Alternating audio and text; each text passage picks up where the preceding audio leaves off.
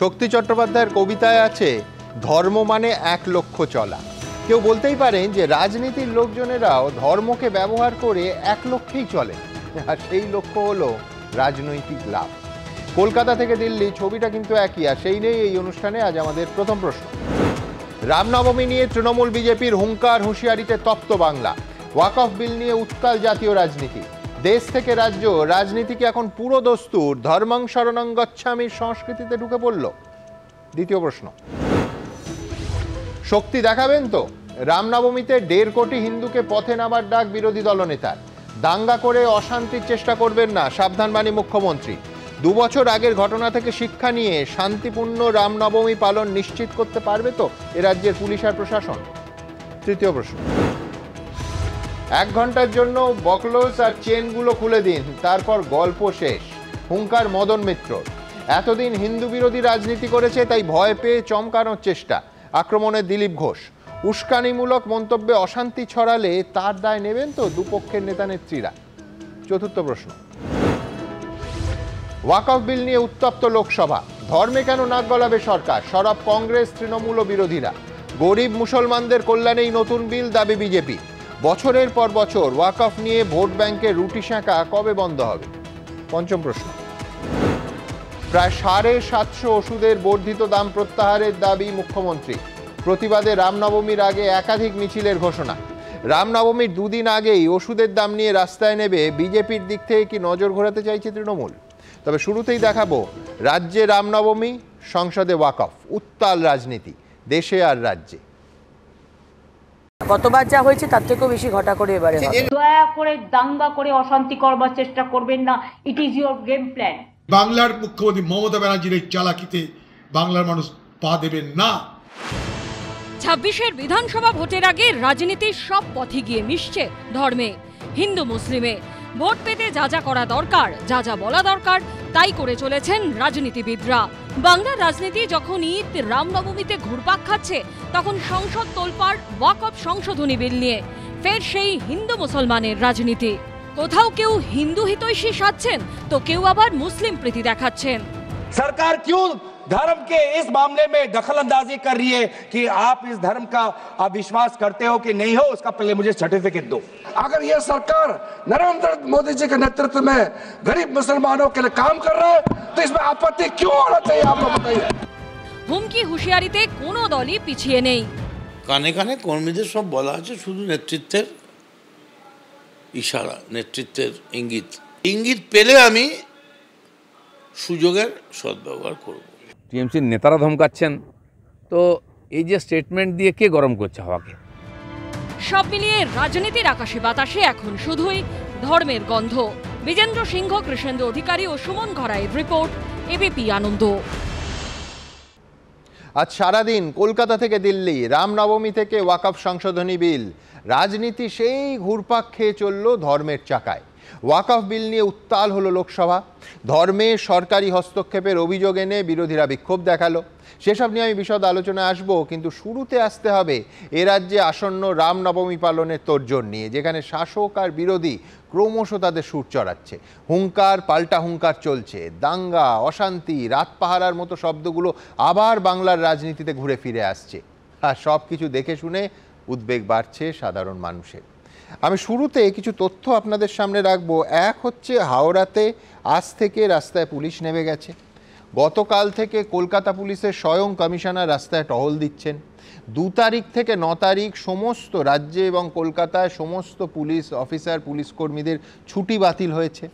6 তারিখ আপনারা জানেন আইপিএলের একটা ম্যাচ হওয়ার কথা ছিল, সেটা প্রথমে বাতিল হয়েছে, এখন 8 তারিখে শিফট হয়ে গেছে। রামনবমী গোটা দেশে কিন্তু পালিত হবে এবং পশ্চিমবঙ্গের থেকে অনেক বেশি করে পালিত হবে, তার কারণ উত্তর ভারতে রামনবমী আরও বড় উৎসব। কোথাও কিন্তু এই দাঙ্গার সম্ভাবনা নিয়ে আতঙ্ক নেই। মুখ্যমন্ত্রী প্রেস কনফারেন্স করেছেন, একাধিকবার দাঙ্গা শব্দটা বলেছেন। আমার প্রথম বক্তা সুমন বন্দ্যোপাধ্যায়ের কাছে যাব।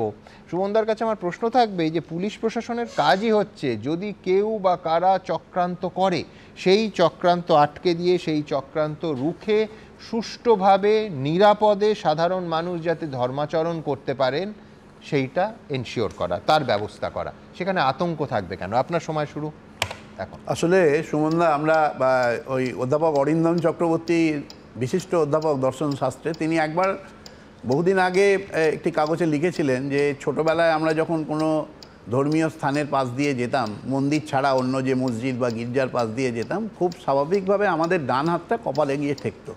অর্থাৎ অন্য ধর্মের প্রতি যে শ্রদ্ধা, সেই শ্রদ্ধাটা আমাদের অন্তরের অন্তঃস্থল থেকে প্রকাশিত হতো। আর আজকে আমরা একটা অদ্ভুত জিনিস দেখছি যে অন্য ধর্মের প্রতি অশ্রদ্ধা এবং ক্রমাগত বিভিন্ন মুসলিমদের ধর্মস্থান হিসেবে তৈরি হওয়া মসজিদগুলোকে যেভাবে সেগুলোকে ধ্বংস করা হচ্ছে এবং যেভাবে বুলডোজার ব্যবহার করা হচ্ছে, সুপ্রিম কোর্টকেও বহু জায়গাতে এখানে রায় দিতে হয়েছে। পরিষ্কার কথা বলি যে আজকে যে ওয়াকফ সংশোধনী বিল যেটা পাশ হলো, এই বিল একটা অত্যন্ত পক্ষপাতপূর্ণ বিল এবং এই সংবিধানের অধীনে যে ধর্মীয় এবং বিশ্বাসগত স্বাধীনতা মুসলিমরা ভোগ করতে। ওয়াকফে আমি আসবো, আগে রামনবমী নিয়ে আলোচনা করে নি, তারপরে আলাদা আলোচনায় আসবো। না, আমি বলছি যে মানে ওয়াকফ নিয়ে যে আলোচনাটা করছি, এটা কিন্তু সামগ্রিকভাবে একটা বৃহৎ চক্রান্তেরই একটা অংশ। রামনবমী পালনে তো অসুবিধা নেই, কিন্তু রামনবমীর নামে যে ধর্মীয় উন্মাদনা তৈরির যে প্রচেষ্টা সরছে এবং অন্য ধর্মের প্রতি অশ্রদ্ধা প্রদর্শনের যে ধারাবাহিকভাবে চেষ্টা চলছে, কিন্তু সেই একই উৎসবে তো তৃণমূল ঘোষণা করে এখন শামিল হচ্ছে। প্রতিফলনে কিন্তু ওয়াকফ বিলের মধ্যে আছে। ওয়াকফ বিলে যে বিশ্বাসগত স্বাধীনতা ভোগ করত মুসলিমরা, সেই মুসলিমদের কাছ থেকে সেই অধিকারটাকে কেড়ে নেওয়া হচ্ছে। প্র্যাকটিক্যালি এটা তো আর কিছুই নয়। আমরা তো ভারতবর্ষ জুড়ে প্রচুর হিন্দু মন্দির রয়েছে যেগুলো দেবোত্তর, ট্রাস্ট করা রয়েছে, সেই ধরনের তো ট্রাস্ট ওয়াকফ। তাহলে সেই যে হিন্দু মন্দিরগুলো, সেই ধরনের মন্দিরের যে দেবোত্তর সম্পত্তি, সেই সম্পত্তির দিকে আঙুল তুলে তাকাবার সাহস বা আঙুল তোলার সাহস আজকে কি আমাদের আছে?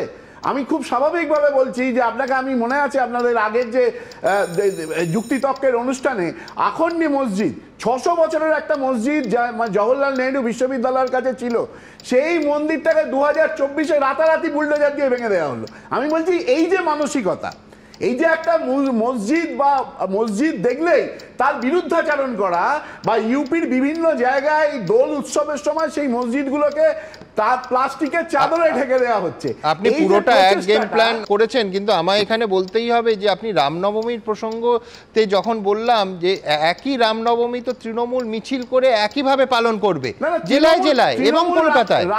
আমি তো বারবার বলছি রামনবমীর মিছিলে তো কোনো আপত্তি নেই, তাহলে আতঙ্কটা কোথায়? তো আপত্তি নেই, কিন্তু রামনবমীর মধ্যে দিয়ে যে মানে সূক্ষ্ম যে ধর্মীয় উন্মাদনা মানুষের মধ্যে প্রবেশ করানো হচ্ছে, যার লক্ষ্য হচ্ছে 2026-এ পশ্চিমবঙ্গের বিধানসভা, সেই সূক্ষ্ম উন্মাদনা তৃণমূল যখন মিছিল করছে তার মধ্যে আপনি খুঁজে পাচ্ছেন না। নির্দিষ্ট অংশটাকে আমরা কিন্তু বারবার আক্রমণ করার চেষ্টা করছি। মমতা বন্দ্যোপাধ্যায় বারবার যে কথাটা বলেন যে ধর্ম যার, কিন্তু সুমনদা, এটা প্রতিযোগিতামূলক সাম্প্রদায়িকতা হয়ে গেল না? যে বিজেপি মিছিল করলে বা হিন্দুত্ববাদী সংগঠন মিছিল করলে সেইটা হচ্ছে সূক্ষ্মভাবে ধর্মীয় উন্মাদনায় উস্কানি দেয়া, আর তৃণমূল মিছিল করলে সেটার কোনো রাজনৈতিক উদ্দেশ্য নেই, তার কোনো উদ্দেশ্যই নেই, শুধু ধর্মচারণ। আপনি যে সাম্প্রদায়িকতার কথা বলছেন, সেই সাম্প্রদায়িকতার প্রেক্ষাপটটা আমাদের বুঝতে হবে। 2014 সালের পর থেকে ধারাবাহিকভাবে ভারতবর্ষের যে প্রেক্ষাপট, সেই প্রেক্ষাপটটা বুঝেছি বলেই তো আপনাকে জিজ্ঞেস করছি যে এখন মিছিল করছেন কেন? গত রামনবমীতে তো এতগুলো মিছিল তৃণমূল বের করেনি। শুধু তৃণমূল কংগ্রেসের দিকে আঙুল তুলে পারবে না, না, না, না, আমি বলছি আমার আঙুল দুদিকেই আছে, ইনফ্যাক্ট সব দিকেই আছে। যারা নিজেদেরকে ধর্ম থেকে যাদেরকে দূরে রেখেছে, সিপিআইএম, যারা কেরালা এই মুহূর্তে ক্ষমতায় আছে, আপনি বলুন তো যে শবরীমালার যখন রায় হলো, সেই শবরীমালা রায়ের পর যখন 3 জন মহিলা তারা সেই মন্দিরে প্রবেশ করতে চাইলো, তখন কেন, কোন মানে কি কারণে? আমি আবার রামনবমীর প্রসঙ্গে একেবারে, ধন্যবাদ সুমনদা, একেবারে পরিষ্কার ফিরবো। সেটা হচ্ছে যে রামনবমীতে এর আগে তৃণমূল কংগ্রেসের আমরা কি স্ট্র্যাটেজি দেখেছি, যে তার পাল্টা কখনো হনুমান জয়ন্তী, কখনো একেবারে বলা যে এইটা বাংলার সংস্কৃতি নয়, রামনবমী এই স্কেলে নিঃসন্দেহে এই রাজ্যে হতো না। কিন্তু এবার তৃণমূল কংগ্রেসও একই রকমভাবে রামনবমী মিছিল তারা আয়োজন করছে এবং কলকাতা এবং জেলা একাধিক বড় মিছিলের আয়োজন ইতিমধ্যেই শুরু হয়ে গেছে।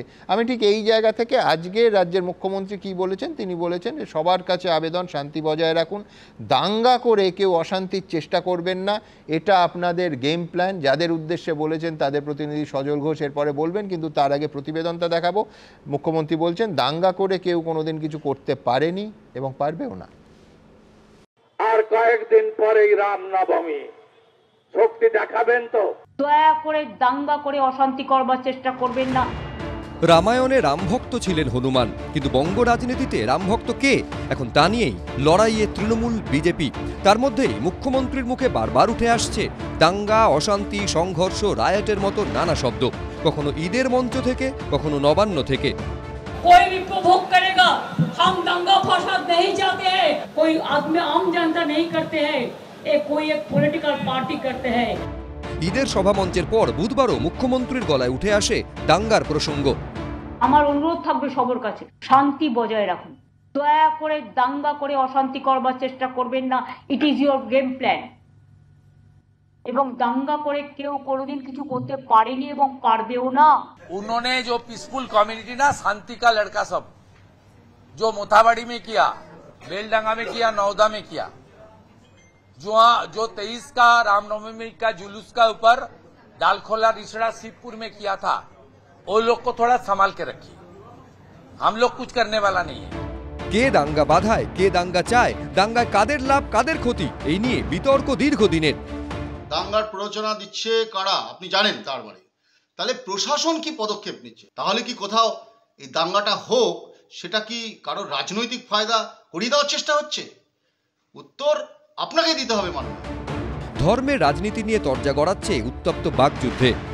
শুধু ধর্মীয় প্রবণতার নামে একটা নতুন ধর্মের আমদানি করে, যা আমাদের তপবনের নয়, যা আমাদের রামকৃষ্ণের নয়, যা আমাদের স্বামী বিবেকানন্দের নয়। স্বামী বিবেকানন্দের মাটিতে তাকত দেখাবে, শ্রী চৈতন্য দেবের মাটিতে তাকত দেখাবে, রামকৃষ্ণ দেবের মাটিতে তাকত দেখাবে, জগজ্জননী মা শারদামণির মাটিতে তাকত দেখাবে, তাকত দেখাতে হবে। এই উত্তপ্ত রাজনৈতিক পরিস্থিতিতে পুলিশ প্রশাসনের কাছে সবচেয়ে বড় চ্যালেঞ্জ হলো শান্তি বজায় রাখা। বিজেন্দ্র সিংহ, সুমন ঘরাই, শিবাশিস মৌলিক, এবিপি আনন্দ। সজলের কাছে একটাই কথা বলার, it is your game plan. BJP এ রাজ্যে পরিকল্পনা করে দাঙ্গা বাঁধিয়ে, অশান্তি বাঁধিয়ে রাজনৈতিক ফায়দা চলছে। ইট ইজ ইউর গেম প্ল্যান বলছেন মুখ্যমন্ত্রী। আসলে এটা মুখ্যমন্ত্রীর আগেকার গেম প্ল্যান ছিল, এখন একটু বুমেরাং হয়ে যাচ্ছে। দেখুন, আগেকার মানে কি? যখন তোমাদের সঙ্গে ছিল? না না, আজ থেকে 3-4 বছর আগে অবধি এটাই ছিল গেম প্ল্যান, যে গরু দুধ দেয় সেই গরুর লাথি খেতে হয়। এখন দুধ আর লাথি তিনি খেয়েছেন, কিন্তু বাংলার মানুষকে ফল ভোগ করতে হচ্ছে। মুশকিলটা হচ্ছে অধর্মের থেকে ধর্মের পথে থাকাটা সকলের জন্যই খুব গ্রাহ্য। আমি দেখুন, প্রথমে মুখ্যমন্ত্রী দুটো কথা বলেছেন, দয়া করে কেউ দাঙ্গা বাঁধাবেন না, এই কথাটা একজন মুখ্যমন্ত্রী সুলভ। কিন্তু পরের কথাটা যিনি বলেছেন, যে কথাটা উনি বলেছেন, সেটা হচ্ছে it is your game plan. এখান থেকেই পরিষ্কার যে মুখ্যমন্ত্রী আসলে চানটা কি। এই মুখ্যমন্ত্রী বিভিন্ন সময় যে গরুর দুধ খাই, সে গরুর লাথি খাই বলে তাদের ভোটটাকে কনসলিডেট করেছিলেন। এবার উনি কখনো বুঝতে পারেননি এই দিকের কনসলিডেশন যখন তার হাইয়েস্ট পিকে পৌঁছে গেছে, তখন অটোমেটিক করছে উল্টো দিকেও মানুষ জোট বাঁধতে শুরু করেছে। যেদিন মোয়াজ্জেম ভাতা পেয়েছিলেন, সেদিন পুরোহিতের মনে ব্যথা হয়েছিল যে কেন আমি পেলাম না। এই জায়গা থেকেই বাংলা কিন্তু ভাগ হয়েছিল সাম্প্রদায়িকভাবে। দেখুন, যদি গেম প্ল্যান আমাদের, আর এই জায়গা থেকেই তোমরা রাজনৈতিক লাভ তুলতে চাইছো। স্বাভাবিক, লোহা লোহে কো কাটতে হয় দাদা, এটাকে তো অস্বীকার করা যাবে না। তুমি শুরুতে বললে ধর্মের পথে চলাই ভালো, সেটা রাজনীতির ধর্ম না ধর্মের রাজনীতি। আমি গন্ধা ধর্ম বলিনি। যেদিনকে দাঁড়িয়ে ঈদের নামাজের এতে সমাবেশে দাঁড়িয়ে একজন মুখ্যমন্ত্রী বলছেন হিন্দুদেরকে উদ্দেশ্য করে গন্ধা ধর্ম, বলুন এরপর যদি ধর্ম নিয়ে রাজনীতি হয়, আরে রাম তো রাজাই পরিচিত, আর রাজার কাজই রাজনীতি। এই জায়গাটা ভুলে গেলে চলবে না যে রাম রাজত্ব, এই কথাটা আমরা বারবার হিন্দু মুসলমান সবাই ব্যবহার করি, যে একজন প্রকৃত রাজার রাজত্ব, সেটাই হচ্ছে রাম রাজত্ব। তো রামকে নিয়ে রাজনীতি হবে, তার অবাক হবার কি আছে? ঠিক, কিন্তু উনি বলছেন এই গান্দা শব্দটা উনি তোমাদের মানে জুমলা পার্টির যে ধর্ম সেইটাকে, এটা উনি দোষ কাটাচ্ছেন। এখন ওনার মনের কথা মুখ দিয়ে বেরিয়ে যাওয়ার পর এখন উনি এসব বলে বলে দোষ কাটাচ্ছেন, যে তপবনে নেই, সুন্দরবনে নেই, দার্জিলিং এ নেই। এগুলো ন্যাকামি ছাড়ার কিচ্ছু বলতে ইচ্ছে করে না। কিন্তু না, আমি শব্দটা হচ্ছে, এটা প্রতিশব্দ দাদা, এটা শব্দ নয়, এটা প্রতিশব্দ। আমার ধর্মকে আমার মা যেটা মেনে এসছেন, আমার ঠাকুমা যেটা মেনে এসছেন, আমি যেটা মেনে এসছি, যেটা মেনে আমি বড় হয়েছি, তাকে যদি কেউ গন্ধা বলে, তার থেকে গন্ধার কিছু হতে পারে না। আপনি তাকে অপশব্দ বলুন আর যাই বলুন, বাংলার মানুষ এটাকেই বিশ্বাস করবে। আমি এটাও বলি যে দেখুন, ধর্মের সঙ্গে রাজনীতির যে একটা মেলবন্ধন হয়েছে আপনার প্যানেল দেখলেও বোঝা যায়। কিন্তু মজার বিষয় হচ্ছে মুসলিমরা কিন্তু রামনবমী নিয়ে একটাও লুস্টক করছে না এখন অবধি। এটাকে আমি তাদের গেম প্ল্যান বলবো না। রাম মন্দির নিয়ে মুসলিমরা কম সমালোচনা করেন কোনো সমালোচনা করেননি, কিন্তু করেছে যারা এই মদন মিত্রর মতন মালেরা। নিজের বাপ ঠাকুরদাকে কুত্তা বলছে।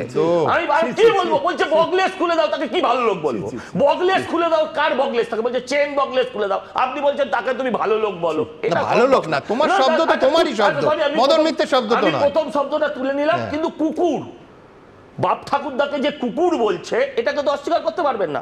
মজা হচ্ছে শওকত মোল্লা বলছে রামনবমীর মিছিলে হাঁটবে, শওকত মোল্লা বলছে রামনবমীর মিছিলে হাঁটবে, হুমায়ুন কবির গীতা নিয়ে শপথ করছে, আর সেখানে মুখ্যমন্ত্রী দাঁড়িয়ে দাঁড়িয়ে বলছেন যেটা দাঙ্গা দাঙ্গা দাঙ্গা। আপনি বলুন, আমি অনুরোধ করব যে মুখ্যমন্ত্রীকে কোনো ধর্মীয় সমাবেশে কোনো রাজনৈতিক দল কোনো সম্প্রদায়ের মানুষ আপনারা দয়া করে ডাকবেন না। মুখ্যমন্ত্রী থাকবেন না। দেখুন প্রধানমন্ত্রীও আজকে থাকবেন না, কিন্তু দাদা শেষ করি, সেটা হচ্ছে উনি যে বীজটাকে ইমপ্লান্ট করে দিয়ে যাচ্ছেন, এই বীজটা কিন্তু থেকে যাবে, এই বীজটা কিন্তু থেকে যাবে। এটা আজকে চারা থেকে বলতে গিয়ে তোমার যেটা শোনালো সেটা হচ্ছে বিষ। আসলে এই বীজ হচ্ছে ওর সঙ্গে এই জায়গায় আমি একমত যে ওটা বিষই, এবং দেশভাগের সময় হয়তো সেই বিষটা প্রথিত হয়ে গেছিল এবং সেইটা থেকে যায়, এই জায়গায় আমি একমত। কিন্তু সজলের সঙ্গে আমি তীব্রভাবে দ্বিমত, যেখানে সেটা হচ্ছে শব্দ অন্য কে কি বলেছে বলে যদি নিজেদের শব্দ আমরা নির্ধারিত করি। গত নির্বাচনে আমরা দেখেছিলাম সজল 2 অক্ষরে মঞ্চের ওপর থেকে, আমি তোমার দল বলছি না তো, শাসক দল বিরোধী দল 2 অক্ষরের গালিগালাজে নেমেছিল। মানে আমার আশঙ্কা যে এইভাবে চলতে থাকলে পরের নির্বাচনে ওটা 4 অক্ষরের গালিগালাজে নেমে আসবে প্রকাশ্যে, পাবলিকলি, মঞ্চের ওপর থেকে। কোন দিকে যাব আমরা? কিন্তু আমি সুমন বন্দ্যোপাধ্যায়ের আসবো। আমি একটাই কথা বলছি যে মানে সজল ঘোষ কি বলবে সেটা তো আমরা প্রত্যেকে জানি, যে যার নেতা 2024-এর লোকসভা নির্বাচনের পরাজয়ের পর যিনি বলেছিলেন জো হামারা সাথ হাম উনকা সাথ, মানে নরেন্দ্র মোদী যে কথাটা যে দলের নেতা 30% কে ভাগীরথীতে ভাসিয়ে দেবে সেটাও ঠিক কথা না। দুটোই আপনার নিন্দনীয়, দুটোই নিন্দনীয়। হ্যাঁ, তো দুটোই আরামসে দুজনের দলে থাকে। সেই উত্তরাধিকারটা তো ওই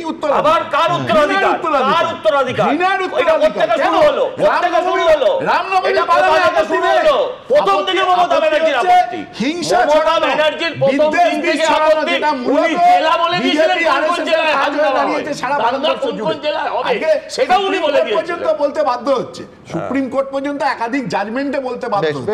বেশ, আমি বলছি জায়গার কথা বললে আরো অনেক বলতে হবে। আমি আলোচনার পরবর্তী পার্টে আসবো যে পুলিশের কাছে চিঠি অবধি গেছে যে কোন কোন জায়গায় অশান্তি হতে পারে, তার দুটো দিকই আমরা সমানভাবে আপনাদের সামনে বিশ্লেষণ করব। কিন্তু আমার পরের প্রতিবেদন, যা ইতিমধ্যেই শিরোনামে শুধু উঠে আসেনি, আলোচনাতে উঠে এলো, মনে হচ্ছে নেতৃত্বের পায়ে ধরে বলি 1 ঘন্টার জন্য বগলস আর চেনগুলো খুলে দিন, তারপর গল্প শেষ। মদন মিত্র বললেন। উল্টো দিকে অগ্নিমিত্রা পাল বলছেন রামনবমীর মিছিলে বাধা দেয়া হলে অশান্তি হবে। এবং পরপর মদন মিত্র বললেন পার্টি যদি বলে 1 ঘন্টা সময় লাগবে না বিজেপিকে পশ্চিমবঙ্গ থেকে ফাঁকা করে দিতে। আমাদের আশঙ্কাটা খুব পরিষ্কার, এবং সেই আশঙ্কা শুধু তৃণমূলকে নিয়ে নয়, সমস্ত রাজনৈতিক দলকে নিয়ে, যে নেতারা যদি এই ধরনের গরম ভাষণ প্রকাশ্যে বলেন তার একটা সরাসরি প্রভাব পড়ে নিচুতলায়, এবং অনেক সময় সেই উত্তেজনা এমনকি রক্তক্ষরণেরও কারণ ঘটে। সেই দিকেই কি আমরা যাচ্ছি? পরের প্রতিবেদন। আমার হৃদয়ের অন্তর থেকে মনে হচ্ছে গিয়ে নেতৃত্বের পায়ে ধরে বলি 1 ঘন্টার জন্য হাতের বক্সগুলো খুলে দিন। যারা হিন্দু বিরোধী রাজনীতি একদিন করে এসছে ওরা প্রমাদ গুনছে, তাই চমকাবার চেষ্টা করছে। কথায় বলে রামবান, কিন্তু রামের আবির্ভাব ঘিরে বাংলায় এখন তৃণমূল বিজেপির মধ্যে বাকযুদ্ধ না বলে বানযুদ্ধ চলছে বললেও ভুল হবে না। হুমকি, হুঁশিয়ারি, হুঙ্কারের ছড়াছড়ি, ভগবান রামকার, তৃণমূল বিজেপির মধ্যে যেন পেটেন্ট নেওয়ার যুদ্ধ চলছে। পার্টি যদি বলে 1 ঘন্টা সময় লাগবে না বিজেপিকে পশ্চিমবঙ্গ থেকে ফাঁকা করে দিতে, একদম ফাঁকা, চল বললেই চলে যাবে, কিছু করতে হবে না, হাতের চেনগুলো খুলে দিন 1 ঘন্টা, তারপর আবার কি গল্প শেষ? কি আছে বলো তো? তারপরে একবার আসবে, মালা টালা দিতে আসবে। রামনবমী আমাদের, ওদের আবার কি? রাম দুর্গার অকাল বোধন করেছিলেন, সেই দুর্গাকে হেরিটেজ করে এনেছেন মমতা। রাম দুর্গা সব তৃণমূলের প্রপার্টি। পশ্চিমবঙ্গে তো বিরাট সংখ্যায় আমাদের হিন্দু ভাই বোনেরা তারা রাস্তায় নামবে এবং আমরা রামনবমী পালন করব। কিন্তু যদি বাধা দেওয়ার জন্য পদক্ষেপ নেয় তাহলে অশান্তি হবে। যদি অন্য ধর্মের উৎসবে সেখানে যদি ছোড়া, লাঠি এইসব নিয়ে যদি খেলা দেখানোর পারমিশন পুলিশ দেয়, তাহলে হিন্দুদের রামনবমীতে কেন হবে না? ভোটের আগে তৃণমূল বিজেপির মুখে রাম নাম, যে যার মতো টার্গেট সেট করছেন, হুমকি দিচ্ছেন, কার্যত ভাষা সন্ত্রাস। জয় শ্রীরামের গুঞ্জ উঠবে, চারিদিকে গুঞ্জ উঠবে। 1 কোটি তো বলেছিলাম, এখন বলছে 1.5 কোটি। কেউ বাড়িতে থাকবেন না, সবাই নামবেন। এই সকাল থেকে পাগলের মতো, পাগলা দাসুর মতো চেঁচিয়ে যাচ্ছে শুভেন্দু, পাগলা দাসুর মতো ঘো ঘো ঘো ঘো করে, এই দেখে নেবো 1 কোটি। কে? হরিদাস পাল। আরে 1 কোটি দেখেছিস? নধর পাটার মতো গোল গোল গোল গোল করে বলছিস। দেখেছিস 1 কোটি? কটা শূন্য লাগে জানিস?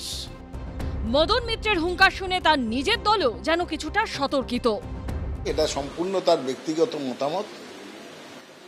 আমাদের দল কোনো ধর্মীয় অনুষ্ঠান নিয়ে কোনো রকম খবরদারি বা দাদাগিরি বা সেই ধর্মীয় অনুষ্ঠানকে জবরদখল, এই রকম মানসিকতা আমাদের দলের নেই। সব মিলিয়ে কে কত বড় রামভক্ত তা জাহির করার যেন প্রতিযোগিতা চলছে। কৃষ্ণেন্দু অধিকারী, কৌশিক গাতাইত ও রঞ্জিত সাউয়ের রিপোর্ট, এবিপি আনন্দ। দেখুন, অশান্তির সম্ভাব্য লোকেশন নিয়ে কথা হচ্ছিল। আমি বলছি, রামনবমীর আহ্বায়ক যারা, উদযাপন কমিটির 20টা হিন্দুত্ববাদী সংগঠন, তাদের যৌথ মঞ্চ 43টা জায়গায়, সে নিয়ে আমরা আলোচনাও করেছি এই অনুষ্ঠানে, 43টা জায়গায় রামনবমী মিছিলের ওপর হামলার আশঙ্কায় পুলিশকে চিঠি দিয়েছে। মুখ্যমন্ত্রী নিজে আজকে দাঙ্গা শব্দটি একাধিকবার ব্যবহার করেছেন, অর্থাৎ কোথাও একটা সাম্প্রদায়িক উত্তেজনার পরিস্থিতি তৈরি হচ্ছে, আশঙ্কা প্রকাশ করছেন মুখ্যমন্ত্রী।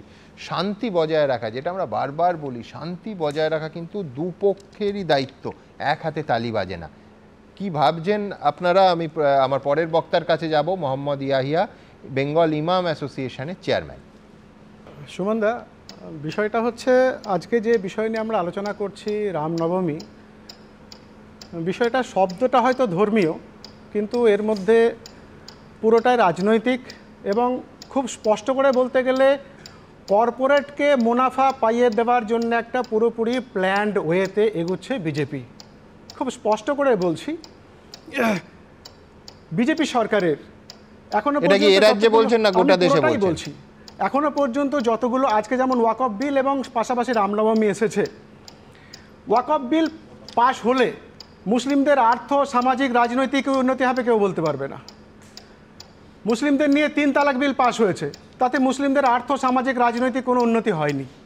যতগুলো জায়গায় বিজেপি বিল নিয়ে আসার চেষ্টা করেছে মুসলিমদের বিরোধিতা করে, আসলে তারা পার্টিকুলার কোনো এক কর্পোরেট সংস্থাকে সুবিধা পাইয়ে দেওয়ার জন্য, মানুষের মনটাকে বিভ্রান্ত করার জন্য এই বিল এবং ধর্মীয় রাজনীতিগুলো নিয়ে আসছে। আমি ওয়াকফের আলোচনার পরের অংশে আসবো, কিন্তু রামনবমী ধর্ম পালন তো যে কোনো ধর্মের মানুষের অধিকার। আজকে যখন রামনবমীর মিছিল নিয়ে আলোচনা হচ্ছে, ঠিক সেই সময় কেন্দ্র সরকার 1000-এর কাছাকাছি ওষুধের দাম বাড়িয়ে দিয়েছে। হিন্দুদের তারা বেনিফিট দিচ্ছেন। গ্যাসের দাম কন্টিনিউভাবে বেড়ে আছে, হিন্দুদের জন্য আলাদা কোনো বেনিফিট নেই। পেট্রোল ডিজেলের দাম কন্টিনিউ বেড়ে আছে, হিন্দুদের জন্য শ্রীরাম বলার পরে জয় শ্রীরাম বললে কোনো বেনিফিট এক্সট্রা নেই। এবং হিন্দুদের যে লক্ষ লক্ষ কোটি কোটি চাকরি দেওয়ার প্রতিশ্রুতি দিয়েছিলেন, কাউকে দেননি। হিন্দু ব্যবসায়ীদের ভাতে মেরে দেওয়ার জন্য ইডি, সিবিআই রেড লাগানো হয়েছে। সুবিধা হয়েছে কার? পার্টিকুলার কোনো এক কর্পোরেট ব্যবসায়ী। ভারতবর্ষ থেকে 22 লক্ষ প্রাইম হিন্দু ব্যবসায়ী তারা ভারতবর্ষ থেকে ছেড়ে চলে গেছে। হিন্দুদের বেনিফিটের জন্য তারাও রামনবমী করছেন না, তারা করছেন পার্টিকুলার একটা রাজনৈতিক স্বার্থে। এর সঙ্গে ধর্মের সম্পর্ক কোনোভাবেই নেই। তারা কেন করছেন? রামনবমী বা যে কোনো ধর্মীয় অনুষ্ঠান তো সাধারণ মানুষও পালন করে। সাধারণ মানুষকে তো বিভ্রান্ত করে দেওয়া হচ্ছে, ভাবি যে আজকে রামনবমী করো, কালকে অন্য কিছু করো। রামনবমী নিয়ে তো কোনো সমস্যা নেই। যদি পশ্চিমবঙ্গে, আপনি পশ্চিমবঙ্গের পরিপ্রেক্ষিতে আসুন, প্রায় 80,000-এর বেশি দুর্গাপুজো হয়, এত লক্ষ লক্ষ কোটি কোটি মানুষ রাস্তায় নামে, এতটুকু একটা অশান্তি হয় না? 50,000-এর বেশি কালী পুজো হয়, লক্ষ লক্ষ মানুষ রাস্তায় নামে, ইরেসপেক্টিভ অফ রিলিজিয়াস আইডেন্টিটি বলছি, একটা কোনো অশান্তি হয় না? তাহলে রামনবমীর দিন অশান্তি হবে কেন? মুসলিম সম্প্রদায় থেকে কোনো রকমের কোনো উস্কানি দেওয়া হয় না, তাহলে কারা দেয়? পরিষ্কার যে পার্টিকুলার একটা রাজনৈতিক দল তারা ধর্মীয় রাজনীতির আড়ালে রাজনীতি করার জন্যই রামনবমী দিয়ে মানুষের মনটাকে বিভ্রান্ত করে পশ্চিমবঙ্গে দাঙ্গা লাগবার চেষ্টা চলছে। এর সঙ্গে ধর্মের বেসিক্যালি কোনো সম্পর্ক নেই, পুরোটাই হচ্ছে একটা। কিন্তু পাশাপাশি এটা নিশ্চয়ই মানছেন যে এই রাজ্যের একজন নাগরিক ঠিক যেমন ভারতবর্ষের একজন নাগরিকের তার ধর্ম অনুযায়ী রামনবমী পালনের অধিকার আছে, মিছিল করার অধিকার আছে, এটা তো মানছেন? আসছে তো 100% অধিকার আছে। আমি যেগুলো বললাম দুর্গাপূজা, কালী পূজা, এগুলো কি পূজা নয়? এগুলো কি তারা ধর্মীয় রাজনীতি পালন করেননি? 100% করছেন। হোলি পালন হয়েছে এবং যত রকমের গোটা পৃথিবী ভারতবর্ষে যত ধর্মীয় উৎসব আছে পালন তো হচ্ছে। তাহলে পার্টিকুলারলি পশ্চিমবঙ্গে এটাকে নিয়ে এত উত্তেজনা ক্রিয়েট কারা করছেন, কেন করছেন? আমার পাশে সন্ন্যাসী বসে আছেন, কই উনি তো কোনো মন্তব্য দিয়ে কোনো প্রভোকেট করছেন না, আমরা তো করছি না। ওনার কাছে আসবো, তার আগে সজলের উত্তরটা নেব। দেখুন, ইমাম ভাতা যারা পায় তারা সরকারের হয়েই গান গায়, এটা তো খুব স্বাভাবিক, আর উনি তাদের নেতা। আমি ওনার কথার মধ্যে না দেবাংশুকে খুঁজে পেলাম যে গ্যাসের দাম হিন্দুরা কি সুযোগ পেল। আরে হিন্দুদের জন্য গ্যাসের দাম আলাদা, কবে এটা কবে বলেছি? কিন্তু এটা পেট্রোলের দামে কবে সুযোগ পেল আসলে উনি জানেন না, ওনাকে হয়তো পেট্রোল কিনতে হয় না, সরকার দেয়। সেটা হচ্ছে আমাদের এখানে 106 টাকা পেট্রোল, আর উত্তরপ্রদেশে 96 টাকা। দরকার হলে পেট্রোল কিনতে হলে উত্তরপ্রদেশ চলে যাবেন, গেরুয়া ভাগোয়াদারি ওখানকার মুখ্যমন্ত্রী। আপনি যেটা বলছেন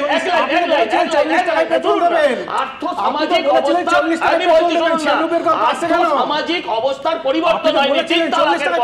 আমি প্রশ্ন করি, আপনি নিশ্চয়ই মেয়ের বাবা নয়, আপনি ভোগবাদী পুরুষের দলে, সেই জন্য আপনি 3 তালাক চাই, মানে তার বিরোধিতা করছেন। যদি মেয়ের বাবা হতেন তাহলে আপনি 3 তালাককে সমর্থন করতে বাধ্য থাকতেন। এটা কোনো ধর্মের ব্যাপার নয়। আপনার মেয়েটাকে যদি সজলদা খুব স্পষ্ট করে বলতে হচ্ছে, প্রথমত কথা আমি মেয়ের বাবা, আর দ্বিতীয়ত চিৎকার করছেন কেন? আমি তো আপনি যখন বলেছেন আমি শুনেছি মন দিয়ে, আমার কথাটা শুনুন। 3 তালাক বিলে 3 তালাক বিল, 3 তালাক হচ্ছে একটা সিভিল ম্যাটার। সিভিল ম্যাটারে আপনি 3 তালাকটাকে ক্রিমিনাল অফেন্স করে দিয়ে মুসলিম সোসাইটির কি সুবিধা করেছেন? একটা মেয়েকে যদি একটা ছেলে কোনোভাবে ভুল ক্রমে বলে তালাক দিলাম, তাকে আপনি 3 বছর জেলে ঢুকিয়ে দিয়ে ওই পরিবারটাকে, ওই মহিলাটার কি বেনিফিট আপনি করেছেন? বোঝান না, না আপনি বলুন, না না আপনি আবার বোঝান, না না আমি আপনাকে বলছি উল্টো দিকে যাচ্ছেন, বোঝান। আমি গেলামই না, মুখই খুললাম না। আমি আপনাকে প্রশ্ন করি যে 3টে তালাক দিয়ে যদি এখন না হয় ছেলেটাকে জেলে ভরে দিচ্ছে, আমার প্রশ্ন হচ্ছে মেয়েটাকে যদি বাড়িতে বসিয়ে দিয়ে যেত, মেয়ের বাবা হিসেবে আপনার কেমন লাগতো?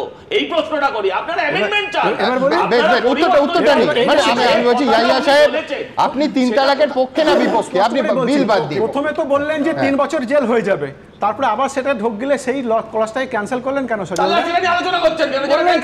এই যে আপনি ক্যান্সেল, তাহলে তো শুনুন না, রেকটিফাইড তো আপনি মেয়ের বাবা হয়েও আমাকে 3 তালাকের আমাদের আলোচনা অন্য রাস্তায় চলে যাচ্ছে, ব্যক্তিগত আক্রমণ নয়, কারুর ক্ষেত্রেই নয়। বেশ বেশ, আমি এখান থেকে এটা ব্যক্তিগত আক্রমণের জায়গা নয়। আমি এইখানে বিজেপির রাজ্য, তৃণমূলের রাজ্য বুঝি না, কিন্তু প্রত্যেকটা রাজ্য আমরা আলোর দিকে এগোবো নাকি অন্ধকারের দিকে, আমি দুজনকেই থামালাম। আমার পরের প্রতিবেদনটা আপনাদের সামনে রাখলাম, সেটা হচ্ছে তৃণমূল কংগ্রেসের প্রস্তুতি এই রামনবমী নিয়ে কি করছেন। পরের প্রতিবেদন। আমি চাই বাসন্তী পুজো, অন্নপূর্ণা পুজো, রামনবমী সব শান্তিতে ভালোভাবে হোক। রাম সবাইকে গ্রাস করে ফেলবে, রামই ভারত, ভারতই রাম। রামনবমী নিয়ে তৃণমূল আর বিজেপির মধ্যে এক নতুন করে দখল করার রাজনীতি এখন রামময়। বিজেপি তৃণমূল ভোটের স্বার্থে সবাই রাম স্মরণে। বিধানসভা ভোটের আগে সবার মুখে রাম নাম। রামনবমী পালনে বিজেপির থেকে পিছিয়ে থাকতে চাইছে না তৃণমূল। খাস কলকাতার সেন্ট্রাল অ্যাভিনিউ থেকে উত্তরবঙ্গের শিলিগুড়ির পাশাপাশি পশ্চিম বর্ধমানের আসানসোলেও বিরাট রাম শোভাযাত্রা করার পরিকল্পনা করেছে শাসক শিবির, যার দায়িত্বে তৃণমূলের হিন্দু সেলের নেতা ও জোড়াসাঁকোর তৃণমূল বিধায়ক বিবেক গুপ্ত।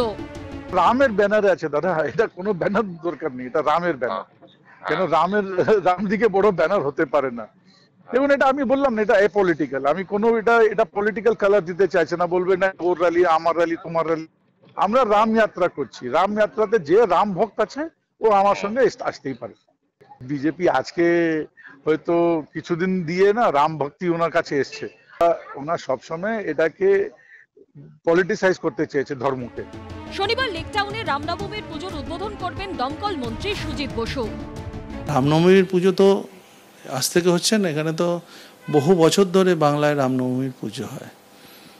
এর সঙ্গে যেভাবে দেখানো হচ্ছে যে রামনবমীকে কেন্দ্রে, আমার মনে হয় বাংলা খুব কালচারাল জায়গা, বাংলা কৃষ্টি সংস্কৃতি সম্পূর্ণ আলাদা।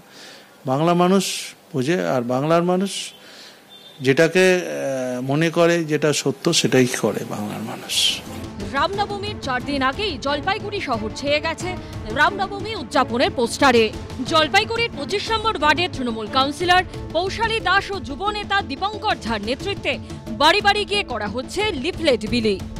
6 এপ্রিল রামনবমীর দিন আমাদের ওয়ার্ডের তরফ থেকে, আমার উদ্যোগে এবং ওয়ার্ডের কর্মীবৃন্দের সহায়তায় আমরা একটা বর্ণাঢ্য শোভাযাত্রার আয়োজন করেছি। সারাদিনব্যাপী একটা প্রসাদ বিতরণ হবে, প্রসাদ হবে তৈরি হবে। লিফলেট আকারে আমাদের বাড়ি বাড়ি গিয়ে নিমন্ত্রণপত্র দেওয়া হচ্ছে, সবাইকে আমরা আহ্বান করছি। রামনবমীর ঠিক আগেই নদিয়ায় উদ্যোগ নেওয়া হয়েছে শতাব্দী প্রাচীন রঘুনাথ জিউ মন্দির সংস্কারের। নাট মন্দিরের শেড তৈরি করতে নিজের বিধায়ক তহবিল থেকে প্রায় 2.5 লক্ষ টাকা দিয়েছেন শান্তিপুরের তৃণমূল বিধায়ক। সবাই এবং বিধায়ক দুজনে মিলে এই মন্দিরকে উন্নয়নের দিকে এগিয়ে নিয়ে যাচ্ছে। প্রায় 2.5 লক্ষ টাকা ব্যয় এই কাজ হয়েছে আনুমানিক। হিন্দুত্বটা হচ্ছে ভগবানকে রাস্তায় নেমে এনে শুধু ভোট করা। 2019 সাল থেকে 24 সালে সাংসদ কটি মন্দিরে ডেভেলপ করেছে। রামনবমী পালন নিয়ে তৃণমূল বিজেপির মধ্যে কার্যত কম্পিটিশন চলছে। ঈদ শান্তিপূর্ণ হয়েছে, তার জন্য কারণ কি? তার কারণ হচ্ছে সনাতনীরা কখনো হিংসা করে না, নিজ ধর্মে আস্থা রাখে, অপর ধর্মে শ্রদ্ধা করে। মমতা ব্যানার্জির জন্য হিংসা হয় বাংলায়। মোটামুটি মমতা ব্যানার্জি বুঝে গেছে যে মুসলমান ভোট ব্যাংক মোটামুটি ম্যানেজ হয়ে গেছে, এবার হিন্দু ভোট ব্যাংকেও যাতে আমার দখলে থাকে তার জন্য এবার ময়দানে নামো, অর্থাৎ রাম তুমি আমারও। সব মিলিয়ে রাজনীতির সব রাস্তা এখন রামে গিয়ে ঠেকেছে। প্রসেনজিৎ অধিকারী, রাজা চট্টোপাধ্যায় ও সুজিত মণ্ডলের রিপোর্ট, এবিপি আনন্দ। আমার পরের বক্তা মহামণ্ডলেশ্বর মহানির্বাণী আখড়ার স্বামী পরমাত্মানন্দ। তার কাছে আমার প্রশ্ন থাকবে, দেখুন দায়িত্ব সবার, কিন্তু সব থেকে বেশি দায়িত্ব হচ্ছে আয়োজকদের। যে 20টা হিন্দুত্ববাদী সংগঠন এই বিশেষ করে তারা আহ্বান জানাচ্ছে, রাস্তায় নামার ডাক দিচ্ছে, তাদেরও শান্তি বজায় রাখার দায় এবং দায়িত্ব আছে। স্বামী পরমাত্মানন্দর কাছে আমার প্রশ্ন থাকবে যে একদিকে দাঙ্গা উত্তেজনা, যে উত্তেজনা স্টুডিওতেও সঞ্চারিত হচ্ছিল, এইটা রাস্তায় যাতে সাধারণ কর্মীদের মধ্যে অন্য চেহারায় না টার্ন করে, সেই বিষয়ে দায় এবং দায়িত্ব প্রত্যেকের আছে। আশা করি আপনি একমত। রামনবমী উপলক্ষে যে উত্তেজনাটা সঞ্চারিত হচ্ছে সেটা তৈরি করা একটা উত্তেজনা। বারবার একটা পক্ষ থেকে এই উত্তেজনাটাকে প্রমোট করা হচ্ছে। দাঙ্গা হবে, সংঘর্ষ হবে, কিংবা কেউ বলছে আমরা প্রস্তুত আছি। আরে পুলিশকে তো নিরাপত্তার জন্য প্রস্তুত থাকতেই হবে, কিন্তু সেটা অন্য কোনো উৎসব, অন্য কোনো সম্প্রদায়ের কোনো অনুষ্ঠানে তার আগে থেকে তো এভাবে ঘোষণা করছে না। তা না করে আগে থেকেই যে একটা প্যানিক সৃষ্টি করা হচ্ছে, এটা থেকে কিন্তু মানুষের মনে একটা বিষ বাষ্প ছড়িয়ে পড়ছে। মনে রাখতে হবে, রাম কিন্তু কোনো দেবতা নয়। বাল্মীকি নিজে বলেছেন রাম হচ্ছে নরচন্দ্রমা, একটা পূর্ণায়ত পুরুষ বলতে আমরা যা বুঝি রামচন্দ্র তাই। রাম বিগ্রহবান ধর্ম। এখন তার জন্মোৎসব পালন করতে গেলে আমাদের মনের ভেতরে এই আতঙ্ক, এই ঢিপঢিপানি ভয়, এটা নিয়ে এগোতে হবে কেন? বারবার কেন বলতে হবে যে এটা নতুন ধর্ম? এই ধর্ম রামকৃষ্ণের নয়, বিবেকানন্দের নয়, এই ধর্ম তপবনের নয়। এমন একটা অদ্ভুত তত্ত্ব কেন মানুষের মনের মধ্যে আসবে? কেন আসবে যে এই ধর্মে যারা রামচন্দ্রকে শ্রদ্ধা জানাতে যাবে তারা গন্ধা ধর্ম হয়ে যাবে? আসল কথা হচ্ছে আমাদের মনের ভেতরে রামচন্দ্র সম্পর্কে যে শ্রদ্ধা, যে ভালোবাসা, যে সহানুভূতি, সেইটাকে যেন কোনোভাবে দমিয়ে দেওয়া না হয়। এবং আমাদের মাথায় রাখতে হবে যে রামচন্দ্রের যে জন্মোৎসব আমরা পালন করব সেটা যেন সর্বায়ত শান্তিপূর্ণ হয়।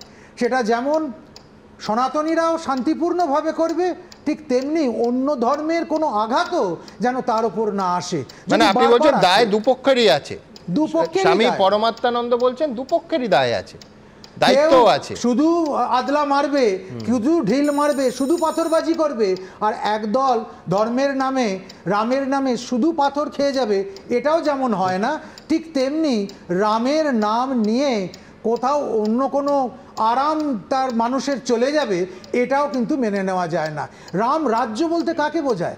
রাম রাজ্য মানে শুধু বিজেপি রাজ্য নয়, রাম রাজ্য মানে শুধু ধর্মরাজ্য নয়, রাম রাজ্য মানে সুশাসন দীপিত রাজ্য, একদম ন্যায় নীতির দ্বারা পরিচালিত রাজ্য।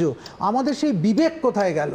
আমাদের সেই বিবেকটা যদি আমরা রাখতে পারতাম, তাহলে কিন্তু আজকের এই কঠিন পরিস্থিতি তৈরি হতো না। এবং রামকে নিয়ে কাদের জন্য এই পরিস্থিতি এত কঠিন হয়েছে বলে আপনার মনে হয়? এই কঠিন পরিস্থিতি হচ্ছে কিছু রাজনৈতিক অনুপ্রবেশের জন্য। কিন্তু যেহেতু রামচন্দ্র নিজে রাজা, তাই রাজার জীবন থেকে রাজনীতিকে তো আলাদা করা যায় না। নীতির রাজা তাকে আমাদের ধরতে হবে। রাজনীতি মানে কেবলমাত্র রাজার নীতি নয়, নীতির রাজাকে আক্রমণ না করে আমরা যদি তাকে ধরতে পারি, তাহলে মনে হয় আমরা ঠিকভাবে রামনবমী পালন করতে পারবো। অনেক অনেক ধন্যবাদ স্বামী পরমাত্মানন্দ। সুমনদার কিছু আমার একটাই কথা, যে উনি অত্যন্ত একজন বিচক্ষণ মানুষ এবং ধর্মপ্রাণ মানুষ। প্রশ্ন আমার এই জায়গায় যে আমি আমার ধর্ম পালন করতে গেলে তা আরেক ধর্মের প্রতি অশ্রদ্ধা প্রদর্শন করার কোনো প্রয়োজন নেই। আমি আমার রাম দেবতাকেও যেমন সম্মান করব, তাহলে তো আমারও মনে হয় যে আজকে ভারতবর্ষের কোনো মসজিদ যদি কোনোভাবে আক্রান্ত হয়, কোনো আক্রান্ত হয়, তখন এই ধরনের হিন্দু ধর্মের যারা করছেন তাদের তীব্র প্রতিবাদ করা উচিত। প্রতিবাদ কোথায়?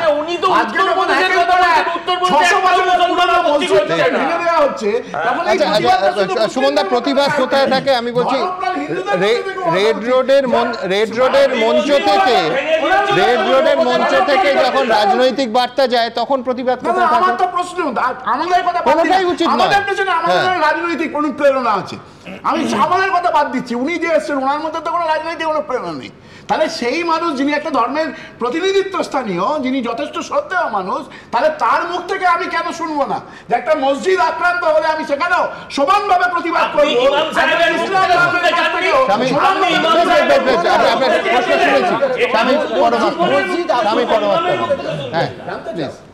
মসজিদ আক্রান্ত হলে, যদি অন্যায়ভাবে মসজিদ আক্রান্ত হয়, তাহলে নিশ্চয়ই আমরা তারও প্রতিবাদ করব।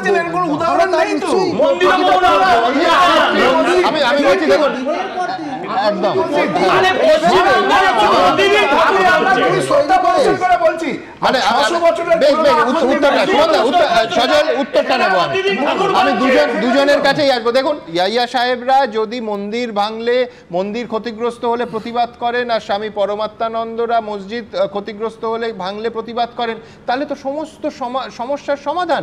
আমি বলছি এটাই তো আদর্শ হওয়া উচিত।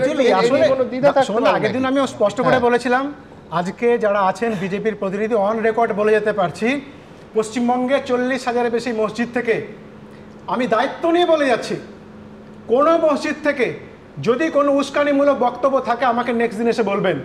আর দ্বিতীয়ত, দায়িত্ব নিয়ে সজলদা বলুন যে তাদের কোনো মিছিল থেকে কোনো উস্কানিমূলক বক্তব্য হবে না, 1 নম্বর। 2 নম্বর কথা,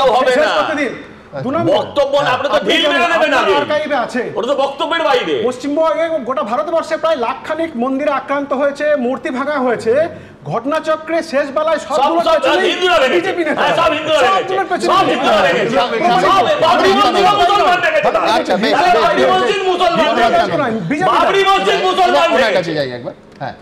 না না, মূর্তি ভাঙা হয়েছে এবং সেটা হিন্দুরাই ভেঙেছে, এর মানে কোনো প্রচুর রেকর্ড আছে, জিজ্ঞাসা করুন। নাই তো নদিয়া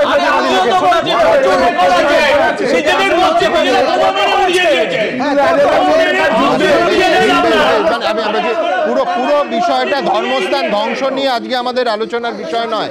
আমি এইখান থেকে খানিকক্ষণ আগে দেখালাম তৃণমূল কংগ্রেস তারা বেশ স্ট্র্যাটেজির অনেকটা পরিবর্তন করে রামনবমীতে তারা মিছিলের আয়োজন করেছে।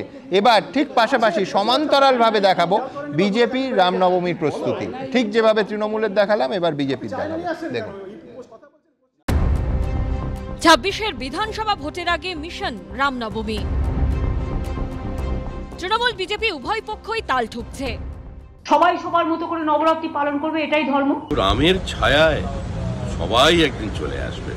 আমরা তো চাই মুখ্যমন্ত্রী তিনিও রামনবমীর মিছিলে সামিল হয়ে যান। রামনবমী উপলক্ষে হিন্দু ভোট এককাট্টা করতে মরিয়া বিজেপি। কলকাতা থেকে জেলা চলছে জোরদার প্রচার। বাঁকুড়া থেকে বেহালা, কাশীপুর, বেলগাছিয়া সর্বত্র নজরে আসছে পোস্টার, ব্যানার, হোর্ডিং।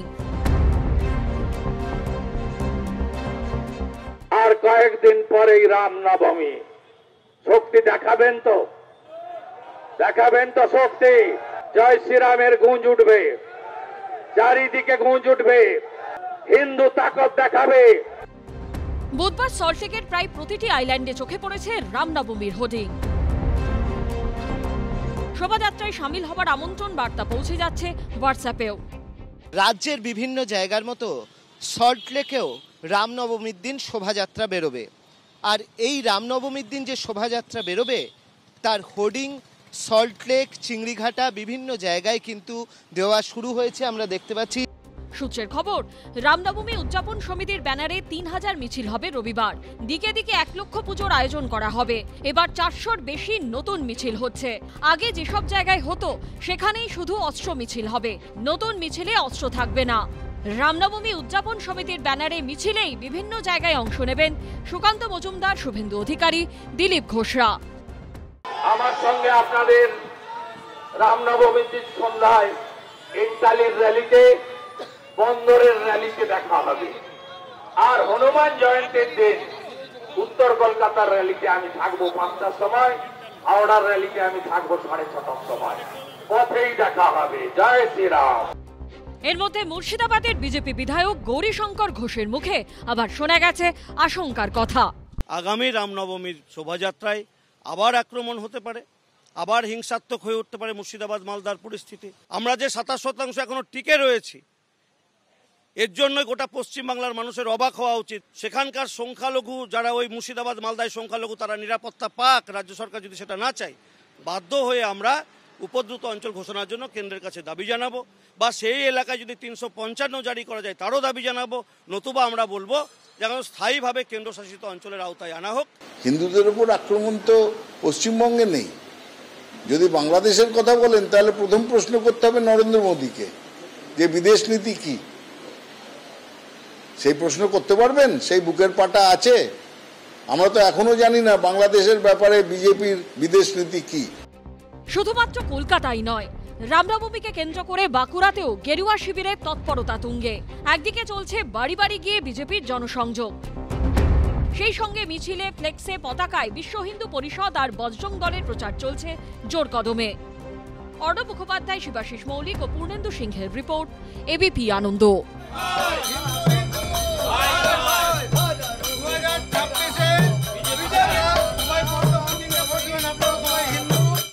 দেখুন, গত 41 মিনিটে আপনারা বুঝে গেছেন, আমার বলার অপেক্ষা রাখে না, যে এ রাজ্যে কোথাও একটা চূড়ান্ত মেরুকরণের পরিস্থিতি তৈরি হচ্ছে। আমাদের জ্ঞানে এই ভাগাভাগি, উস্কানি, উত্তেজনা, রিলিজিয়াস পোলারাইজেশনের এই ছবি কিন্তু এই পর্যায়ে, এই স্তরে আমরা দেখিনি। মেরুকরণ মানে কিন্তু একেবারে রাজনীতির কথা বললে, গোদা রাজনীতির কথা বললে তার ভিত্তিতে ভোট ভাগ হওয়া। ঠিক সেইখানে অন্য রাজনৈতিক দলগুলো কি ভাবছে।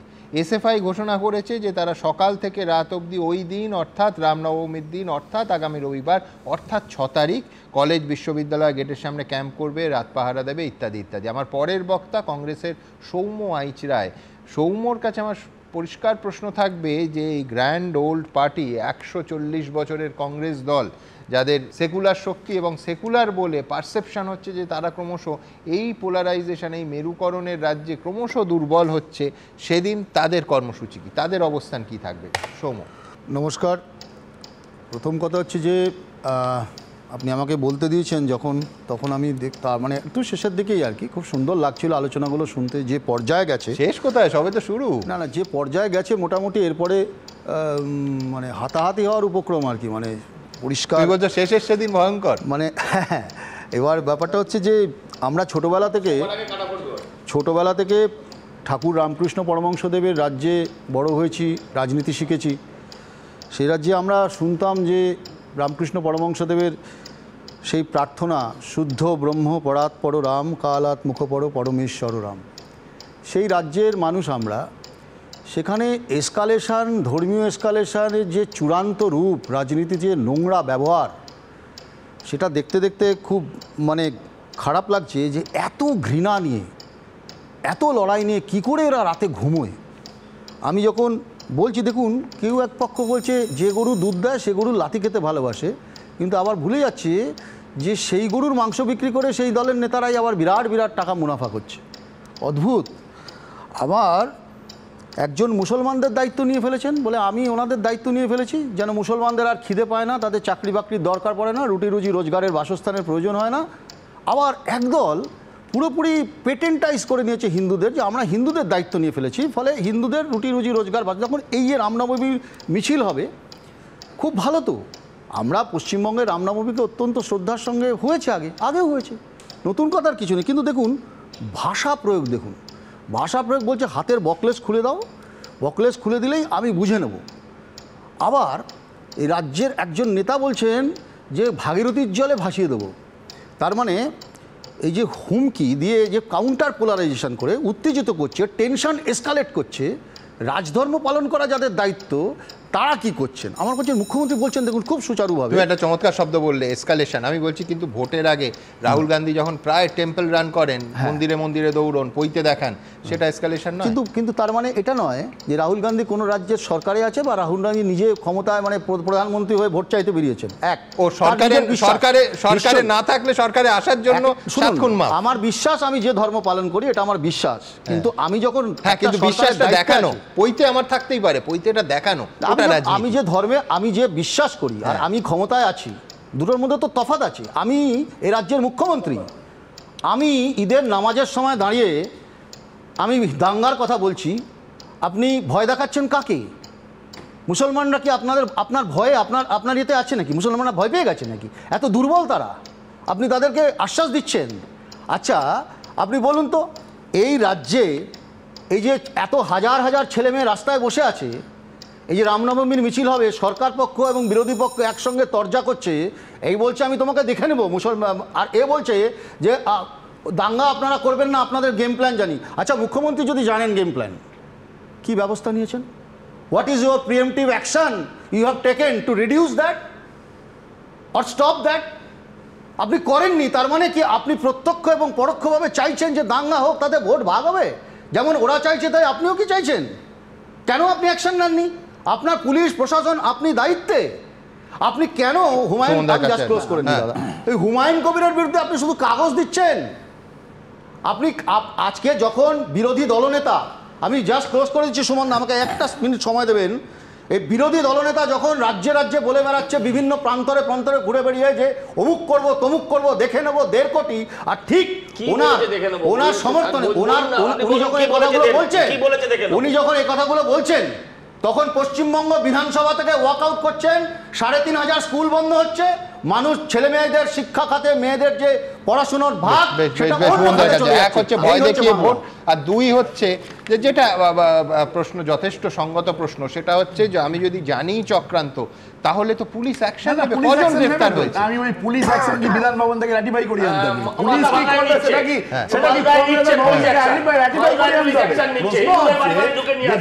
যে অভিযোগটা আমরা বামপন্থী সম্পর্কে পশ্চিমবঙ্গে করি, যে সঠিক শত্রু চিন্তা না চেনা, এই যে সেই একই অভিযোগ কিন্তু কংগ্রেস সম্পর্কেও করা যায়। আপনি দেখুন গোটা আলোচনা চক্রে বারবার ঘুরে ঘুরে মমতা বন্দ্যোপাধ্যায়, তৃণমূল কংগ্রেস আসছে, কিন্তু বিজেপি আসছে না।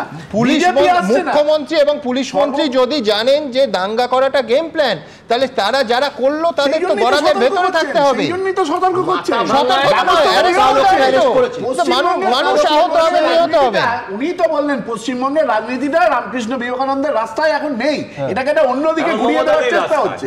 তাহলে সেই যে রাজনীতিটার পরিবর্তন হচ্ছে, সেই রাজনীতির বিরুদ্ধে পথে নামা উচিত কংগ্রেসের। মানে আমি বলছি যে যেখানে ধর্মনিরপেক্ষতার জায়গাগুলো তুলে হচ্ছে, আপনার দলের কি করেছেন? গুরুত্বপূর্ণ ভূমিকা নিতে হবে। উল্টে দেখতে অনেক কথা বলেছেন রাস্তায়, তোমাদের না আপনি বলুন মদন মিত্র যে কথাটা বলেছেন মাননীয় বিধায়ক, তার বিরুদ্ধে কোনো অ্যাকশন নেবেন? আপনি এখানে বলে যান। দল বলেছে এটা দলের কথা।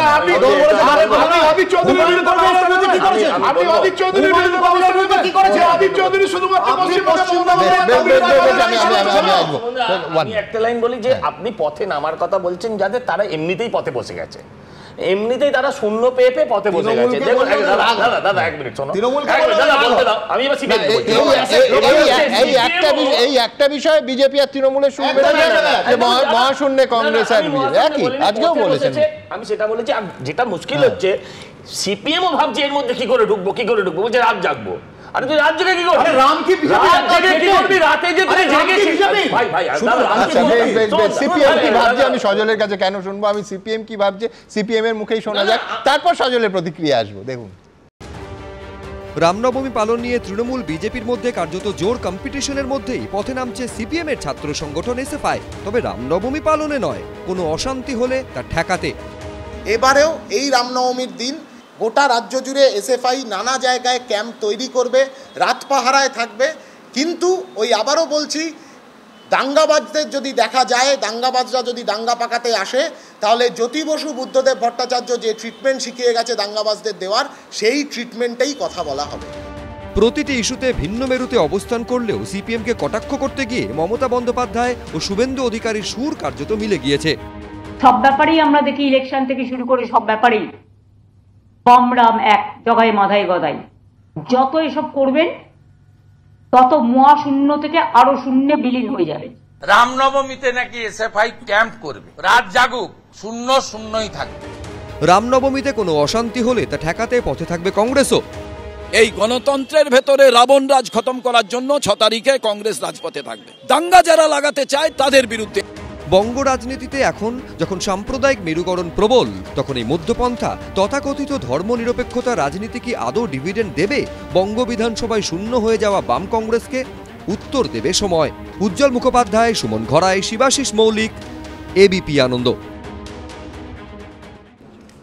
দেখুন, খুব গোদা শব্দে বললে যে ডায়লগবাজি চলছে, একদিকে গরম সংলাপ, আর একদল আরও গরম সংলাপ। কিন্তু মুশকিলটা হচ্ছে এই স্ফুলিঙ্গ থেকে দাবানল যাতে না লাগে সেই দায়িত্ব কি নেতানেত্রীরা নেবেন?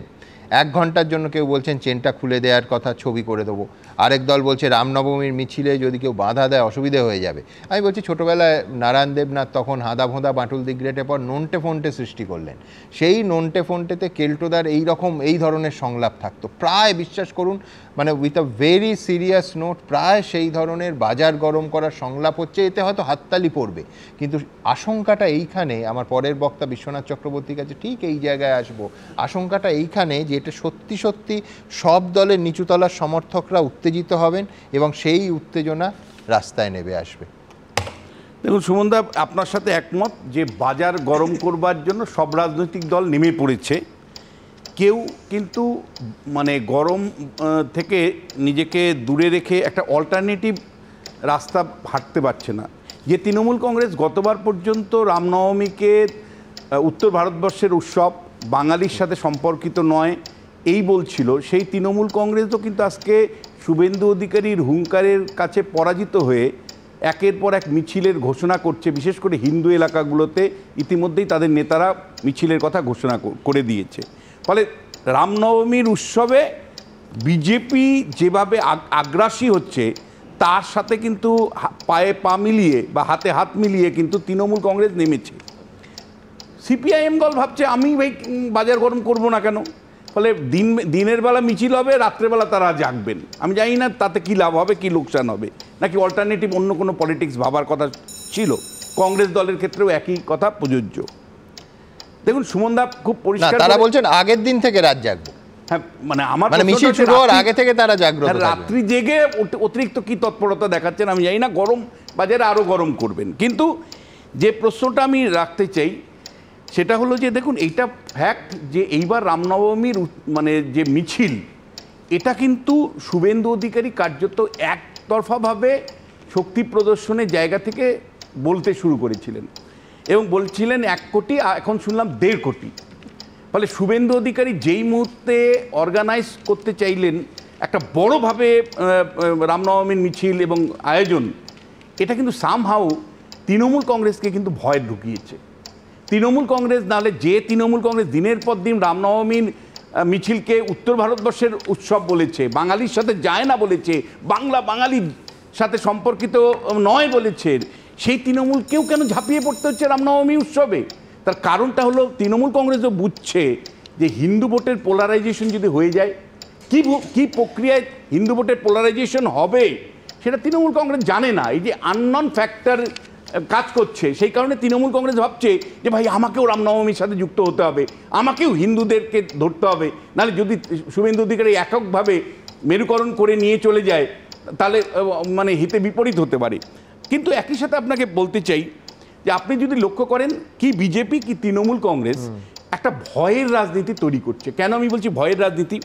শুভেন্দু অধিকারী যখন বলছেন তখন কিন্তু বাংলাদেশের ইস্যু সামনে রেখে হিন্দুদের নানা রকম নির্যাতনের গল্প শুনিয়ে মানে হিন্দুরা খতরা মে হয়, হিন্দুরা খতরা মে হয়, হিন্দুদের সংকটে আছে, সুতরাং হে হিন্দু তোমরা সব এক হও, বাঁচতে যদি চাও হিন্দুরা এক হও। মমতা বন্দ্যোপাধ্যায় রেড রোড থেকে শুরু করে, রেড রোডের নমাজের জায়গা থেকে শুরু করে মুসলমানদের মসিয়া আমি, যতদিন আমাদের প্রাণ আছে অভিষেক বন্দ্যোপাধ্যায় আমি আছি, আপনাদের কিচ্ছু হবে না। এই যে বক্তব্যটা, এই বক্তব্যটা আসলে মুসলমানদেরকে ভয় দেখাও যে ভাই দেখো আমরা যদি না থাকি তোমরা কিন্তু থাকবে না। ফলে ভয়ের সদাগর এই শুভেন্দু অধিকারীও, এই ভয়ের সদাগর মমতা বন্দ্যোপাধ্যায়, অভিষেক বন্দ্যোপাধ্যায়ও। এই নেতা আমাদের শাসন করে, এই নেতারা পশ্চিমবাংলা শাসন করে, যে নেতারা ভয় দেখায়, ভয় কাজ করে। এরা বুঝেছে যে হিন্দু মুসলমানকে ভয় দেখাও, ভয় দেখিয়ে ভোটের রাজনীতি গরম করো এবং ভোটের নির্বাচনী বৈতরণী পাও হও। এর থেকে বাঁচার উপায় কি? তাহলে আমি পরিষ্কার করে বলবো নাগরিক সমাজকে, এই ধরনের নেতাদেরকে ঘৃণা করা শুরু করুন, এই ধরনের নেতাদেরকে প্রশ্ন করা শুরু করুন, এই ধরনের নেতৃত্ব নেতাদেরকে প্রশ্ন যদি আপনারা না করেন তাহলে কিন্তু ধর্মের আগুনে কিন্তু আপনার পুড়তে হবে। মারাত্মক শব্দ ব্যবহার করেছেন বিশ্বনাথ চক্রবর্তী, ভয়ের সওদাগর। আমি বলছি যে সবসময় চলচ্চিত্রে ওই কমেডিয়ানের পার্টটা সবসময় ভালো লাগে না, সব সিরিয়াস আলোচনা। তুমি কমেডিয়ান, আমি আলোচনা করবো যেটা গুরুত্বপূর্ণ দুটো গুরুত্বপূর্ণ প্রশ্ন তুলবো। সেটা হচ্ছে যে এসএফআই যে রাত জাগার কথাটা বলেছে, আমি তাদেরকে অ্যাপ্রিসিয়েট করছি যে এসএফআই অন্তত বিলেতে ওই পয়সা খরচা করে বিলেতে উড়ে গিয়ে মুখ্যমন্ত্রী তথা ভারতবর্ষের মানটাকে নামানো, তার মুখ অনুজ্জ্বল করার চেষ্টা না করে অন্তত এখানে রাতটা যাবো। আর দ্বিতীয় সেটা হচ্ছে আমার বিজেপির মেজো খোকার কাছে প্রশ্ন যে বিজেপির সদস্য সংখ্যা কত? এই তো কদিন আগে 1 কোটি টার্গেট দিয়েছিল, 50 লক্ষ হয়নি, 1.5 কোটি মানুষকে নামাবেন। এই যে মিথ্যে কথাটা বলছেন কিন্তু খুব আপনাকে বলি শুনুন, মেজো খোকা বললে এই ধরনের কথা শুনতে হবে। আমি আপনাকে একটা কথা বলি, যে ভাষায় মুখ্যমন্ত্রী, আমি আপনাকে বলছি যে ভাষায় মুখ্যমন্ত্রী বললেন আমি তোমাদের জন্য আছি, আসলে ভয় দেখালেন যে বিজেপি এলে তোমরা থাকবে না। কিন্তু উল্টো দিকে যেটার ভয় পাচ্ছেন মমতা ব্যানার্জি মেরুকরণের, উল্টো দিকে আমরা ভাবছি, যারা আমরা ঘোষ, বোস, ব্যানার্জি, চ্যাটার্জি, দে এরম যারা আছি, তারা ভাবছি যে আমাদের জন্য তাহলে কি রয়েছে।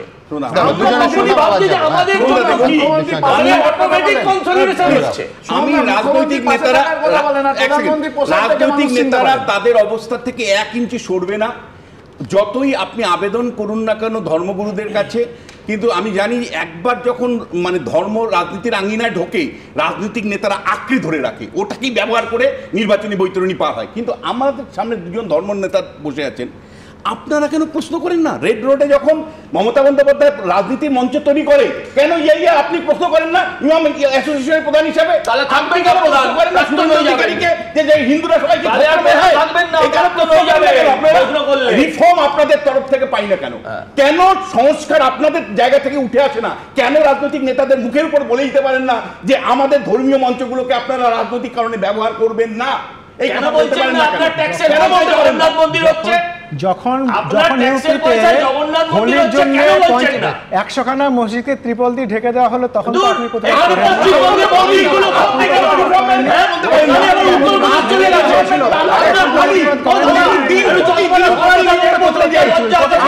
ব্যক্তিগত আক্রমণ নয়।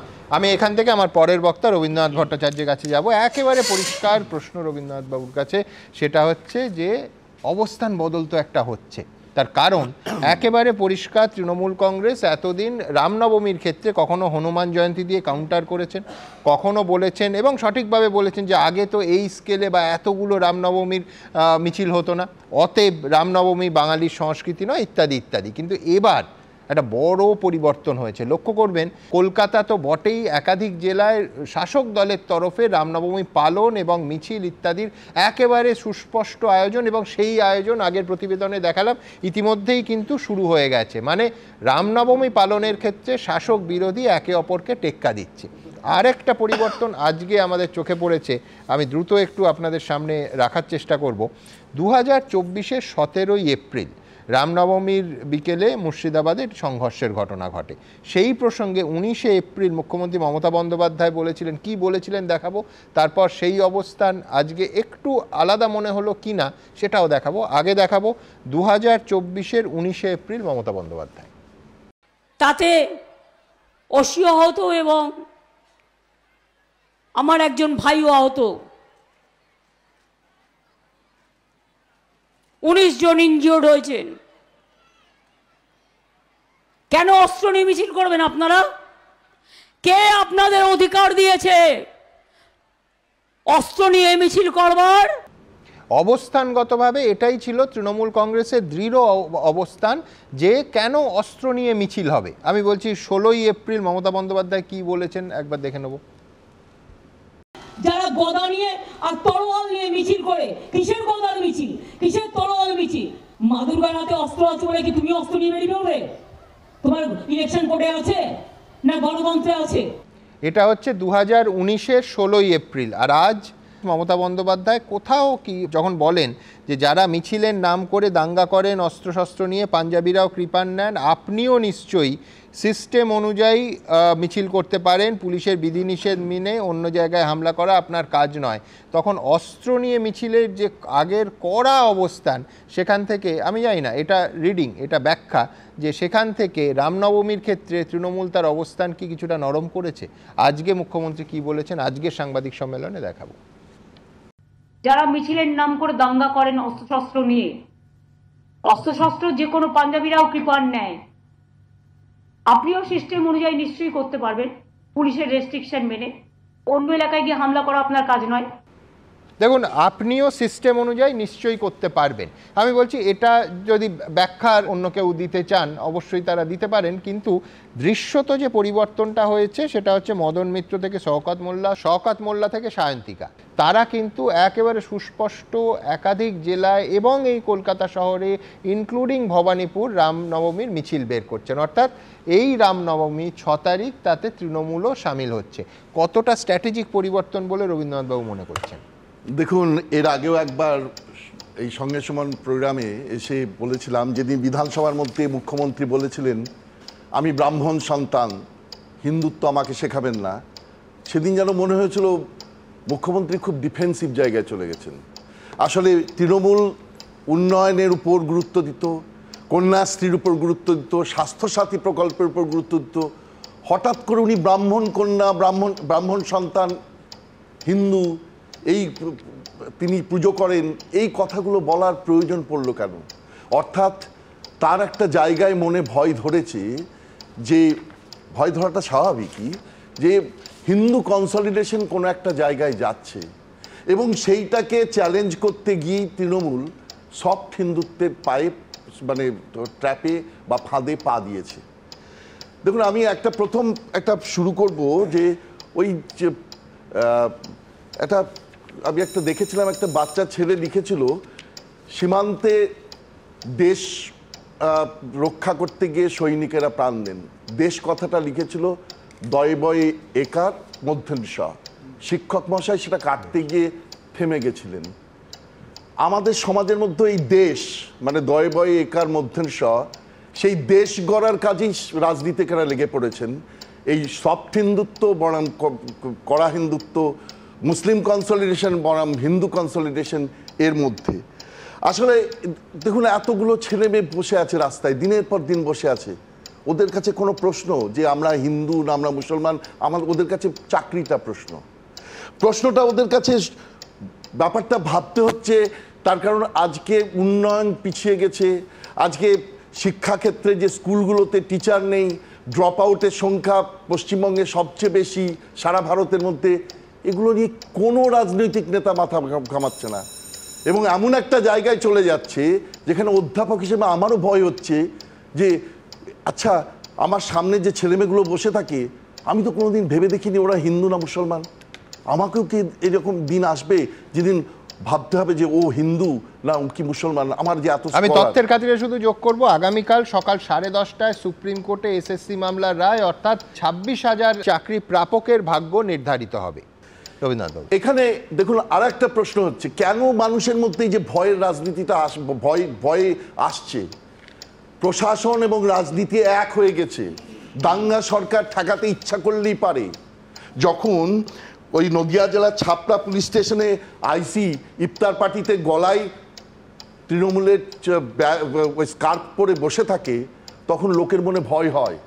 যখন মুখ্যমন্ত্রী ঈদের ইয়ের থেকে চিৎকার করে বলেন দাঙ্গা লাগানোর জন্য ওরা এগিয়ে আসছে, তখন লোকের মনে ভয় হয়। ঠিক যেমন ভয় হয় শুভেন্দু অধিকারী যখন গিয়ে শ্রীচৈতন্যের কীর্তন করতে করতে, যিনি চিরকাল খেয়েছি কলসির কানা তা দেব প্রেম দেব না, সেই লোক তার কীর্তন গাইতে গাইতে বলেন জাগো হিন্দু জাগো। হিন্দু জাগানোর জন্য উনার দরকার নেই, আমরা জেগেই আছি, উনি ঘুম পাড়িয়ে দিচ্ছেন। আসলে এই জায়গা থেকে আমার মনে হচ্ছে যে সমস্ত সমাজটা ক্রমশ একটা বিপজ্জনক জায়গায় গেছে। আমি ওই নজরুলের কথাটা দিয়ে শেষ করব, হিন্দু না ওরা মুসলিম, ওই জিজ্ঞাসে কোন জীবন হে, কান্নারি বলো ডুবিছে মানুষ সন্তান মোরমার। আজকে আমরা সেই জায়গায় দাঁড়িয়েছি। রাজনীতিকরা একটু ভাবুন এবং ধর্ম যারা করছেন, ধর্মগুরু, তারাও একটু ভাবুন যে কিভাবে এই সমাজটাকে আবার পুনর্গঠন করা যায়। শুধু শুধু আর দেশ বাড়িয়ে লাভ নেই, দেশ গড়ার কাজে আসুন আমরা এগিয়ে যাই। ধন্যবাদ আপনাকে। আমি এইখান থেকে আমার পরের প্রতিবেদনে যাব, যেটা হচ্ছে যে কারুর যদি গেম প্ল্যান থাকে, কারুর যদি চক্রান্ত থাকে, সেটা ভাঙার দায়িত্ব যাদের, তারা হলো পুলিশ এবং প্রশাসন। তাদের প্রস্তুতি নিয়ে অবশ্যই আসবে। আপনাকে বললাম যে একেবারে হাওড়াতে আজকে থেকে শুরু হয়েছে টহল সতর্কতা। গতকাল থেকে কলকাতা পুলিশ কমিশনার তিনি নিজে পরিদর্শন করছেন। আমি প্রাক্তন পুলিশ কর্তার কাছে আসব, কিন্তু তার আগে এবং পাশাপাশি যোগ করব যে পুলিশের পারমিশন নিয়ে আমাদের রাজ্যের খুব চেনা একটা ছবি আবার আমাদের চোখে পড়ল। সেটা হচ্ছে কাঁথিতে মিছিল করবেন বিরোধী দলনেতা, পুলিশ তার অনুমতি দিল না। সেই শেষ পর্যন্ত কলকাতা হাইকোর্ট, আবার আমার ধারণা কলকাতা হাইকোর্টে রোজ প্রায় এই ধরনের একটা অনুমতি চেয়ে মামলা হচ্ছে। আজকেও কলকাতা হাইকোর্টে শর্ত সাপেক্ষে মিছিলের অনুমতি, এবং কাল দুপুর 1টা থেকে সন্ধ্যে 6টা অবধি মিছিল করতে পারবেন মাননীয় বিচারপতি তীর্থঙ্কর ঘোষ রায় দিলেন। পরের প্রতিবেদন। আমি ঝুমলা পার্টিকে বলবো, সত্যিই যদি ধর্মকে ভালোবাসেন, বাসন্তী পুজো করুন, নবরাত্রি করুন, অন্নপূর্ণা পুজো করুন। 1 কোটি তো বলেছিলাম, এখন বলছে 1.5 কোটি। এবার রাম যাবে কোথায় জানি না।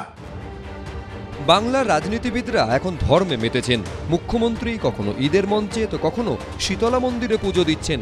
বিরোধী দলনেতা আবার কখনো যজ্ঞে অংশ নিচ্ছেন, কখনো কীর্তনে দেখা যাচ্ছে তাকে। ধর্ম ঘিরে এই রাজনীতির আবহেই এবার আদালতে গিয়ে কাঁথির মিছিলের অনুমতি নিয়ে এলো বিজেপি। বৃহস্পতিবার শুভেন্দু অধিকারীকে কাঁথিতে শর্ত সাপেক্ষে মিছিলের অনুমতি দিল কলকাতা হাইকোর্ট। বিচারপতি তীর্থঙ্কর ঘোষের সবুজ সংকেতে বৃহস্পতিবার দুপুর 1টা থেকে সন্ধ্যে 6টা পর্যন্ত মিছিল করতে পারবেন তিনি। সূত্রের খবর, মোথাবাড়ির ঘটনার প্রতিবাদে 1 এপ্রিল মিছিল করতে চেয়ে পুলিশের কাছে আবেদন জানায় বিজেপি, কিন্তু বিকল্প তারিখে মিছিল করার জন্য পুলিশের তরফে প্রস্তাব দেওয়া হয় বিজেপিকে। এরপরই কলকাতা হাইকোর্টে দ্বারস্থ হন শুভেন্দু অধিকারী। আদালত থেকে অনুমতি আনতে হচ্ছে, তার মানে প্রমাণ যে এই রাজ্যে গণতন্ত্র বলে কিছু নেই এবং বিরোধী রাজনৈতিক দলের টুটি চিপে গণতন্ত্রকে হত্যা করার চেষ্টা করছে এই মমতা ব্যানার্জি সরকার। এদিকে রামনবমীতে মিছিল ও শোভাযাত্রা নিয়ে চূড়ান্ত সতর্ক পুলিশ। কলকাতা থেকে হাওড়া সমস্ত স্পর্শকাতর অঞ্চলগুলিতে থাকছে কড়া নজরদারি। মঙ্গলবারের পর বুধবারও পুলিশি প্রস্তুতি খতিয়ে দেখেন কলকাতার পুলিশ কমিশনার। আমরা চাইছি রামনবমী ফেস্টিভ্যাল সবাই ভালো করে সেলিব্রেট করুন, সেই হিসাবেই আমাদের অ্যারেঞ্জমেন্ট হচ্ছে। রাস্তায় কিছু সেন্সিটিভ যদি কিছু থাকে সেটা আমাদের নজরে আছে, সেইভাবেই আমাদের অ্যারেঞ্জমেন্ট থাকবে। আমরা আশা করছি সব কিছু পিসফুল হবে, কোনো রকম কোনো অসুবিধা হওয়ার কথা নেই।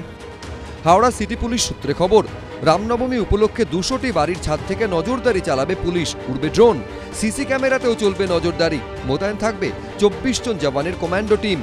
সেন্সিটিভ পয়েন্ট অনেকগুলোই আমাদের আইডেন্টিফাই হয়েছে, তবে মেনলি আমরা কভার করছি এখানে চওড়া বস্তি, পিএম বস্তি এবং আমাদের যেসব সন্ধ্যাবাজার এলাকা আছে এবং ময়দান, পুরোটাই আমরা ভালোভাবে কভার রাখছি। ছাদে যাতে কেউ কোনো ইনক্রিমিনেটিং আর্টিকেলস কিছু জমা না করতে পারে সেটা আমরা দেখার জন্য ড্রোন দিয়ে সার্ভেলেন্স করছি।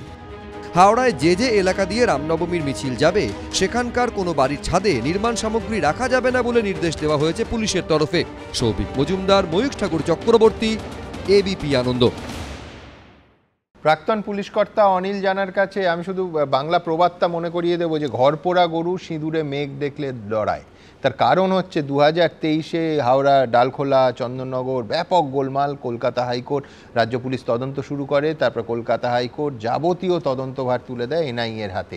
2 থেকে ইতিমধ্যেই 2 তারিখ থেকে 9 তারিখ অবধি রাজ্যের এবং কলকাতা পুলিশের সমস্ত অফিসার এবং কর্মীদের ছুটি বাতিল হয়েছে। তৎপরতা আপনারা দেখলেন। আমি বলছি এই 23-এর শিক্ষা নিয়ে অনিলদা, এবার কি শান্তিতে একটা রামনবমী পালন দেখতে পারবো আমরা? সুমনবাবু, আপনি যে কথাগুলো বললেন অতি বাস্তব কথা, অতীত থেকে শিক্ষা নেওয়া। স্বামী বিবেকানন্দের একটা কথা কোট করছি, everything can be sacrificed for the truth, but truth cannot be sacrificed for anything. কাজে সত্যি যেটা সেটা বলতেই হবে। আমি আগেকার বক্তাদের মতন অত সুবক্তা নই, কিন্তু যেটা সত্যি সেটা বলতেই হবে। মাননীয় সুমনবাবু, সুমন বন্দ্যোপাধ্যায়, যিনি অধ্যাপক মানুষ, উনি অনেক কিছু বললেন মসজিদ নাকি ঢেকে দেওয়া হয়েছে উত্তরপ্রদেশে হোলির জন্য। ওনার জ্ঞাতার্থে জানাই, পশ্চিমবাংলায়, আমরা উত্তরপ্রদেশে পশ্চিমবাংলায় মন্দির ঢেকে দেওয়া হয়েছিল মহরমের প্রশাসনের সময় কিছু অঞ্চলে। আমরা 35 বছর চাকরির জীবনে আমরা অনেক মহরমের প্রশাসন করেছি, দুর্গাপুজোর মতো ডিউটি করেছি, কিন্তু গত 2011-র 25শে ডিসেম্বর সেন্ট পল ক্যাথিড্রাল চার্চের কিছুক্ষণ বন্ধ করে দিতে হয়েছিল আমাকে। কন্ট্রোল রুমকে জানিয়ে অ্যাডিশনাল ফোর্স আনতে হয়েছিল, নাহলে কোনো স্টাম্পেড হয়ে মারা যেত। আমরা যখন করেছিলাম তখন কোনো ধর্মের ভিত্তিতে করিনি, আমরা করেছিলাম মানুষের জীবনের বাঁচানোর জন্য নিঃস্বার্থভাবে এবং নিরপেক্ষভাবে। এখানে যেটা বলছেন যে অনেকে বলছেন যে মসজিদ ঢেকে দেওয়া যায়, আচ্ছা আপনারা অনেক প্রতিবাদ করেন মসজিদে কিছু হলেও মুখ করেন। আমরা তো যখন ছোটোবেলায় দেখেছি ছোটো ছোটো মসজিদ ছিল, বাড়ির হিন্দুরা অনেকে যেতেন, ফু দিয়ে দিত, জলে পোড়া দিত, সেগুলো বাচ্চাদের খাওয়াতো, সেরে যেত। কোনো দিন এই জিনিস দেখিনি। আমি নারকেলডাঙ্গা এবং বেনিয়াপুকুরের মতন মুসলিম অধ্যুষিত অঞ্চলে ওসিগিরি করেছি দীর্ঘদিন। কোনো দিন আমাদের ওই ইফতারে গিয়ে সারাদিন খেয়ে ইফতারে গিয়ে টুপি পরে বসতে হয়নি এবং হাত জোর করেও চালাতে হয়নি। চালিয়েছি ঠিকই, ওদের থেকে ভালোবাসাও পেয়েছি, ওদের তো ইটও মেরেছে কিন্তু ভালোবাসাও পেয়েছি। কিন্তু সেটা কোনো কথা না, কারণ এইরকম অবস্থা দেখিনি যেটা আমরা 2006 শেষের দিকে দেখছিলাম। তসলিমা নাসরিন যে জিনিস করেছিলেন শাসক দলের, বর্তমান শাসক দলের একজন প্রাক্তন বিধায়ক, বর্তমানে উনি নেই, তো টিয়ার গ্যাস চালাতে হয়েছিল, 7 রাউন্ড টিয়ার গ্যাস বা একটা গ্রেনেড চালাতে হয়েছিল, পরে মিলিটারি নেমেছিল এবং বাইপাস কানেক্টারে কোনো পুলিশি ব্যবস্থা ছিল না, যারা ছিল তারা করেনি। তা 8খানা বাস পুড়েছে, পুলিশের কিয়স্ক ভেঙেছে, পুলিশ মার খেয়ে চলে এসছে, তাণ্ডব চলেছে। কাজে এই জিনিসও দেখেছি। আপনারা তখন তো বলেন না, যখন শ্রীচৈতন্য মহাপ্রভুর দেশ নদিয়া, যেখানে আলাউদ্দিন হোসেন শাহর রাজত্বকাল ছিল বাংলায়, তখন উনি চৈতন্য মহাপ্রভুর নাম সংকীর্তন বন্ধ করেননি, করতে সাহস দেখাননি, বরঞ্চ একটু ইনক্লাইন্ড হয়ে গেছিলেন ওই দিকে। সেই নদিয়া ডিস্ট্রিক্টে আজকে সরস্বতী পুজো বন্ধ হয়ে যাচ্ছে। কারা করেছে? কি করেছে প্রশাসন? এই প্রশাসনের বিরুদ্ধে আমরা বলবো না, বলতে গেলে আমি খারাপ হয়ে যাব। কালকে পুলিশ যাবেন আমার বাড়িতে। আপনারা জানবেন আমি কিন্তু পঙ্কজ দত্ত নিয়ে অনেক স্টকে আছে, যখন বলে দেবো সেই দিন, যদি কোনো দিন পঙ্কজ দত্ত বানাতে যান। আর অনেকে বলতেন, মাননীয় ইয়া বললেন পেট্রোলের দাম, ডিজেলের দাম। অনিল একটু অপ্রাসঙ্গিক হবে, কিন্তু খুব দুর্ভাগ্য, আমি এই নিয়ে আলাদা প্রতিবেদন করছি, ভবিষ্যতে আলোচনা করব। আজকে প্রয়াত পঙ্কজ দত্তের স্ত্রী মামলা করেছিলেন। আজকে সেই মামলায় 6 থেকে 10ই অক্টোবর অবধি বটতলা থানার ভেতরে এবং বাইরে সিসিটিভি ফুটেজ সংরক্ষণের জন্য কলকাতা হাইকোর্ট রাজ্য সরকারকে নির্দেশ দিয়েছে। কিন্তু সেখানে খারাপ লাগাটা নয়, খারাপ লাগাটা সেখানে স্বস্তি এবং সুবিচার এবং কলকাতা হাইকোর্টের প্রতি আমাদের যে অটুট ভরসা আছে তার প্রতিফলন নির্দেশে আছে। কিন্তু অনিলদা, যে জন্য আপনাকে থামালাম সেটা হচ্ছে খারাপ লাগার জায়গাটা। সরকারি আইনজীবী বলছেন পঙ্কজ দত্ত একজন নীতিহীন ব্যক্তি ছিলেন, তাকে আইপিএস বলতে লজ্জা হয়। আমি বলছি এই বাক্য আপনারা দর্শক বিচার করবেন যে এই বাক্য সঠিক কিনা। দিনের পর দিন এই অনুষ্ঠানে যে মানুষটা, তার সিকিউরিটি কখনো তুলে নেওয়া হয়েছে, কখনো তাকে আরও নানা রকম থ্রেটের সামনে পড়তে হয়েছে, মাথা উঁচু করে, শিরদাঁড়া উঁচু করে, সোজা করে সবসময় সত্যি কথাটা বলেছেন। তার সম্পর্কে কেউ বলছেন যে একজন নীতিহীন ব্যক্তি ছিলেন, তাকে আইপিএস বলতে লজ্জা করে, সরকারি আইনজীবী বলছেন। আইপিএস তো না, একবার অনিল লাগে, হ্যাঁ না না অনিল শেষ করুন, আগে শেষ হয়নি। হ্যাঁ, পিপি হয়েছেন সরকারের বদান্যতায়, কিন্তু উনি আইপিএস হয়েছেন, WBCS থেকেই হয়েছেন, প্রমোশন পেয়ে হয়েছেন আইপিএস। আজকে আমাদের সাব ইন্সপেক্টর তো অনেকে ডিসি হন, তার মানে সেটা তার যোগ্যতাই হয়, পাঁচেটে হয় না। পাঁচেটে অনেকে হচ্ছে আজকাল ঠিকই, কিন্তু একটা যোগ্যতা লাগে। আর আমি সেই পিপি সাহেবকে বলবো, আপনি পুলিশ রেগুলেশনের চ্যাপ্টার 2, রেগুলেশন 7 এবং 8টা দেখে নেবেন, দেখে নিতে বলবেন যেখানে পাবলিকের সঙ্গে কি ব্যবহার করতে হয়, এক্স পুলিশ অফিসারদের সঙ্গে কীভাবে ব্যবহার করতে হয়, সেটা চ্যাপ্টার 2 পুলিশ রেগুলেশন ক্যালকাটায় লেখা রয়েছে। অনেক ধন্যবাদ। আমি এই আলোচনাটা দীর্ঘায়িত করতে চাই না, কারণ এটা সাবজুডিস ম্যাটার চলছে কোর্টে। হ্যাঁ, আমি অনিলদা একটা কথা বলেছেন, ওনার স্টকে অনেক কিছু আছে। আমি বলি এই চৈত্র মাস চলছে, এই স্টকটাকে ক্লিয়ার করে দিন, কারণ বাংলার মানুষও জানতে চায়, বাংলার মানুষ শুনতে চায় কি হয়েছে আপনার কাছে স্টকে, পুলিশের অতীত ইতিহাস কি কি আছে সেটা কেন বলবেন না? বেশ বেশ বেশ। এবং যে কথা হচ্ছে যে আজকে রামনবমী যেটা হচ্ছে, আজকে এত উদ্দীপনা হয়ে এসে গেছে, এত হাইপার হয়ে গেছে, এই জন্য আজকে যদি যিনি দেশের প্রধান তিনি যদি একটা মঞ্চে, ধর্মীয় মঞ্চে দাঁড়িয়ে বলছেন ওরা দাঙ্গা করবে, হুইজ ওরা, আমি আছি আপনাদের জন্য, উনি কি সবার জন্য নয়? ওরা কারা? ওরা কারা? ওনাকে তো বলতে হবে। উনি যদি জানেন ওরা দাঙ্গা করবে, উনি তো সেই লোক যিনি শওকত মোল্লাকে একজনকে দাঁড়িয়ে বলেছিলেন তুই তো বোম বানিস, তার তো বোম বানায় যে তার তো থাকা উচিত জেলে, সে কি করে নিলে হয়? খুব দুর্ভাগ্যজনক একজন প্রাক্তন পুলিশ কর্তা প্র্যাকটিক্যালি থ্রেট করছেন সরকার, মমতা বন্দ্যোপাধ্যায় গোটা সরকারকে থ্রেট করছেন। দুর্ভাগ্যজনক। আমি বলছি যে আপনি গোটা ভারতবর্ষের পরিস্থিতি থেকে উনি কতগুলো বেছে বেছে পশ্চিমবঙ্গের উদাহরণ করে থাকেন, সেটা আমি যেটা বলার চেষ্টা করেছিলাম সেটা হচ্ছে যে ওই যে 90-এর দশক থেকে ওই নির্দিষ্ট শহরের প্রত্যেকটা মসজিদ ওই দোলের সময় এ দিয়ে মানে প্লাস্টিক দিয়ে ঢেকে দেওয়া হয়, যাতে দোল থেকে কোনো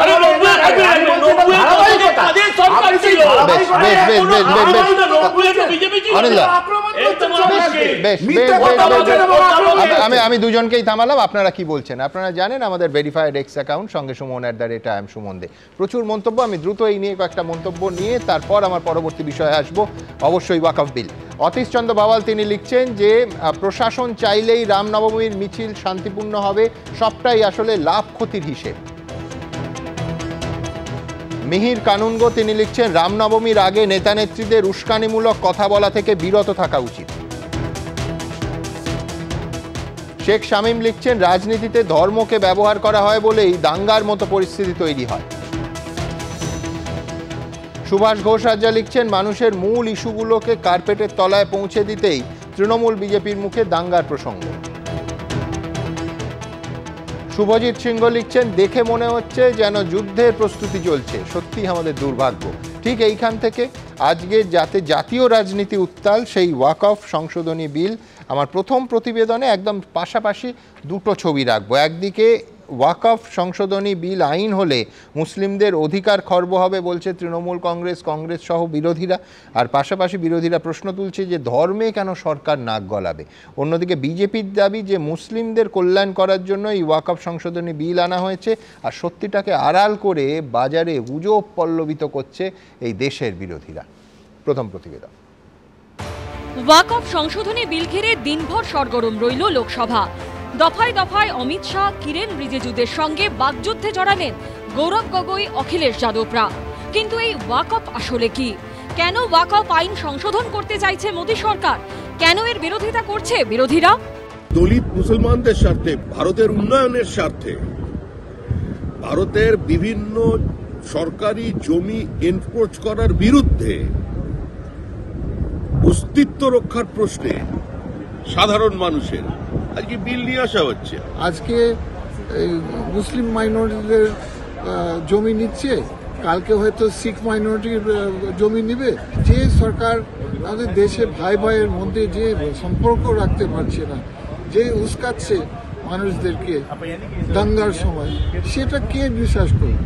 মুসলিম আইনে যে স্থাবর এবং অস্থাবর সম্পত্তি দলিলের মাধ্যমে ধর্মীয় বা দাতব্য উদ্দেশ্যে উৎসর্গ করা হয়, তাই হলো ওয়াকফ। এই সম্পত্তিকে বলে ওয়াকফ সম্পত্তি, যা মূলত সেবামূলক কাজে ব্যবহার করা হয়। এই সম্পত্তি কখনো হস্তান্তর করা যায় না। শিক্ষা প্রতিষ্ঠান, কবর, মসজিদ এবং দরিদ্রদের আশ্রয় দেওয়ার জন্য মূলত ব্যবহার করা হয় ওয়াকফের জমি। এই ওয়াকফ সম্পত্তি দেখভাল করে ওয়াকফ বোর্ড। ওয়াকফ আইন 1995 এর 40 নম্বর ধারা অনুযায়ী যে কোনো সম্পত্তিকে ওয়াকফ হিসেবে ঘোষণার অধিকার এতদিন ছিল ওয়াকফ বোর্ডের হাতেই। নতুন সংশোধনীতে ওয়াকফ বোর্ডের সেই একচ্ছত্র অধিকার কেড়ে নিয়ে কোনো সম্পত্তি ওয়াকফ কিনা সেই চূড়ান্ত সিদ্ধান্ত নেবার ক্ষমতা থাকবে জেলা শাসক বা সম পদমর্যাদার কোনো আধিকারিকের হাতে। সংশোধিত বিলে আরও বলা হয়েছে যে যতক্ষণ পর্যন্ত সরকার সিদ্ধান্ত না নেবে ততক্ষণ পর্যন্ত বিতর্কিত সম্পত্তি ওয়াকফের নয়, সরকারি সম্পত্তি হিসেবে গণ্য হবে। সংশোধিত বিলের মধ্য দিয়ে ওয়াকফ বোর্ডের প্রতিনিধিত্ব পরিবর্তন করা হচ্ছে। এই সংশোধনী বিল পাশ হয়ে গেলে একজন অমুসলিমকে চিফ এক্সিকিউটিভ অফিসার এবং অন্তত 2 জন অমুসলিম সদস্যকে ওয়াকফ বোর্ডে নিযুক্ত করবে রাজ্য সরকার। I donate everywhere. How can you control my this act is long standing in our country. How can you say today you have to register Waqf by user? किसी भी धार्मिक व्यवस्था को किसी भी रिलीजियस इंस्टीट्यूशन कोई धार्मिक काम में हस्तक्षेप करने नहीं जा रहा है। किसी मस्जिद का मैनेजमेंट को हम हस्तक्षेप करने का कोई इसमें प्रावधान नहीं लिया जा रहा है। इसका ऑडिट प्रॉपर होना चाहिए, तो ऑडिट का भी प्रावधान हम लोग राज्य सरकार के ऊपर में छोड़ रहा है, क्योंकि आखिर तो सर ये सारा प्रॉपर्टी का अथॉरिटी राज्य सरकार का है। बोर्ड का अपॉइंटमेंट भी राज्य सरकार को करना है, केंद्र सरकार का कोई रोल नहीं है। নতুন সংশোধনী বিল অনুযায়ী ওয়াকফ বোর্ডের সিদ্ধান্ত নিয়ে কোনো বিতর্ক থাকলে হাইকোর্টে আবেদন করা যাবে। বিজেন্দ্র সিংহের রিপোর্ট, এবিপি আনন্দ। আমি ইয়াহিয়া সাহেবের কাছে যাব। এক হচ্ছে খুব সংক্ষেপে আপনার মতামত চাইব যে গোটা পৃথিবীর মধ্যে সবথেকে বেশি ওয়াকফ সম্পত্তি ভারতবর্ষে।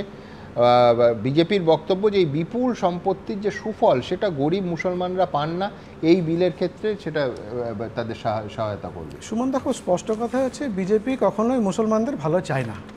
ওয়াকফ সম্পত্তি নিয়ে কিরণ রিজিজু পার্লামেন্টে যাই বলুক না কেন, আপনি দেখেছেন যা বলেছে তার মধ্যে তথ্য আছে? না, তথ্য নেই, অ্যাবসলিউটলি তথ্য নেই। কারণ যে জিনিসটা তারা করতে চাইছে সেটা আগেও একবার বলেছি, আরেকবার রিপিট করছি, কর্পোরেটদের মুনাফা পাওয়ার জন্য এই সমস্ত বিলগুলো নিয়ে এসে আমাদের মনগুলোকে ডাইভার্ট করা হচ্ছে। পরিষ্কার কথা, এই ওয়াকফ বিলে মুসলিমদের কোনো ভালো কিছু হবে না, অর্থনৈতিক, সামাজিক, রাজনৈতিক কোনো উন্নতি হবে না। যে ওয়াকফের হাতে হাজার হাজার কোটি টাকার সম্পত্তি, সেই সম্পত্তি, সেই বিপুল সম্পত্তির আর্থিক দিক থেকে ভাবুন, সেই সুফল একজন গরিব মানে মুসলমানদের মধ্যে গরিব মুসলমানরা তো তারা পাচ্ছে না। শিক্ষা, চিকিৎসা, এর একটা সামান্য অংশ যদি ব্যবহার হয়, দারিদ্র ঘুচে যাবে একটা বড় অংশ। ভারতবর্ষে বুলডোজার চালিয়ে মুসলিমদের ঘরবাড়ি ভেঙে দেওয়া হয়। মুসলিমদের উন্নতির জন্য বিজেপি কোন আইনটা নিয়ে এসছে? তালাকের বিল বলুন, অ্যান্টি বিজেপি আনছে বলে আপত্তি না, বিলটা নয়, ইউসিসি আসছে, প্রচুর আইন আছে যেগুলো মুসলিমদের কোনো উন্নতির জন্য তারা আনেন না, তারা শুধুমাত্র রাজনৈতিক স্বার্থে। আপনি কেন চিৎকার করছেন? মুসলিমদের আর্থ, সামাজিক, রাজনৈতিক উন্নয়নের জন্য বিজেপি একটা কাজ করেছে, মুসলিমদের চাকরি বাকরি, তাদের শিক্ষা ব্যবস্থা, তাদের স্বাস্থ্য ব্যবস্থা। এটাই জানতে চাইছি যে যে আপনার ডিস্ট্রাস্টটা, আমি ডিস্ট্রাস্টটাকে সম্মান দিচ্ছি, আমি আপনার ডিস্ট্রাস্টটা কি বিজেপি এই বিলটা আনছে বলে, নাকি বিলটা আপনারা স্টাডি করে দেখেছেন? যে দুটোই। এক নম্বর, বিলটা আপনারা বিজেপি আনছে, সুতরাং বিজেপির বিশ্বাসযোগ্যতার প্রশ্ন নেই, কারণ তার মধ্যে তারা যখন প্রথমে ঢোকে, সুচে হয়ে ঢোকে, ফাল হয়ে বেরোয়, এটা এক নম্বর। আর 2 নম্বর হচ্ছে বিলটার মধ্যে যে রেগুলেশনসগুলো চেঞ্জ করা হয়েছে, এগুলো ওয়াকফ সম্পত্তিকে পুরোপুরিভাবে গ্রাস করার ধান্দা, অন্য কোনো পলিসি নেই। আপনি ওয়াকফের ওই দুটো অ্যামেন্ডমেন্ট পড়বেন, এটা খুব স্পষ্ট, খুব জলজল করছে। না, আমি প্রথম বলি যে ধর্মের নাক গলানোর উচিত নয়। আসলে এই যে রাজনীতির নাকটা যে গলে আছে সেই কংগ্রেস জামানা থেকে, সেটাকে টেনে বার করার জন্য এই বিলটা। আমি আপনাকে বলি, শুনতে গেলে না, প্রথমে যারা শুনবেন এখন টিভিতে, তারা প্রথমে বিশ্বাস করবেন না, কিন্তু তারা যদি লেখাপড়া করেন, যে কালকে যদি মনে করে ওয়াকফ বোর্ড এসে এই এবিপি আনন্দের অফিসটা এটা ওয়াকফ এস্টেটের সম্পত্তি, কালকে থেকে সুমন দা আপনি ঘর ছাড়া। না, এটা মনে করে না, এটা সম্ভব না সজল, আইনত এটা সম্ভব না। এইটাই তো ওয়াকফ, এটাই তো আজকের ওয়াকফ, এটাই তো পরিবর্তন হচ্ছে। যে আপনি কোথায় যাবেন? ভুল প্রচার করছেন। ওয়াকফ ট্রাইব্যুনালে আপনার সামনে যারা থাকবেন তারা কেউ আপনার পক্ষে নয় ধর্মীয়ভাবে। আমার প্রশ্ন হচ্ছে, আপনি আমার একটা কথা বলুন, প্রথম ওয়াকফের জমিগুলো এই দেশে কোথা থেকে এসেছিল? যখন এই দেশ ভাগ হলো, হিন্দুরা যখন এখানে চলে এলো, তখন পাকিস্তানে ওটা হলো এনিমি প্রপার্টি। আর এখানকার মুসলিমরা যারা চলে গেল সেটা হয়ে গেল ওয়াকফের জন্য সরকার নিল না। এনিমি প্রপার্টি অ্যাক্ট কমপ্লিট আলাদা, ওয়াকফ অ্যাক্ট সম্পূর্ণ আলাদা, দুটো সম্পূর্ণ তফাৎ আছে। আমি আপনাকে বলছি, আর উনি যেটা বললেন বেসিক্যালি যে আমার এটা মনে হয় যে একটা মেনে নেব, কিন্তু সরকারটা চাইছে যে মাতোয়ালি তিনি গরিব, একটা দেখাতে পারবেন না। আমার প্রশ্ন হচ্ছে আপনি আমায় বলুন না যে আজকে দাবি করা হচ্ছে ফোর্ট উইলিয়াম ওয়াকফের, আপনার মনুমেন্ট ওয়াকফের, আপনি আমাকে বলুন যে কালকে যদি আপনাকে এই কথা বলে আপনি ট্রাইব্যুনালে যাবেন, ট্রাইব্যুনালের পর আপনার কিন্তু সুপ্রিম কোর্টে যাওয়ার অধিকার নেই। হ্যাঁ, কুম্ভ মেলা ওয়াকফের, তাহলে আমাদের জন্য রইল কি পেন্সিল? সব আসার সময় গাড়ি করে নিয়ে এসছে। আমি একটু বলি, সেটা হচ্ছে জমিগুলো সব নিয়ে এসছে যে কারণটা দেখিয়েছে যে দরিদ্র মুসলিমদের উন্নতির জন্য যে কথাটা বলছে, আমি বলছি আমাদের ভারতবর্ষে 144 কোটি ছাড়িয়ে গেছে জনসংখ্যা, হিন্দু দরিদ্রের সংখ্যাও কম না। আমি এটা প্রস্তাব দিন ওয়াকফ বিলটাও পাস হোক, আর সঙ্গে ভারতবর্ষে যে সমস্ত বড় বড় মন্দিরগুলো আছে তাদের যে বিশাল দেবত্বর সম্পত্তি, সেই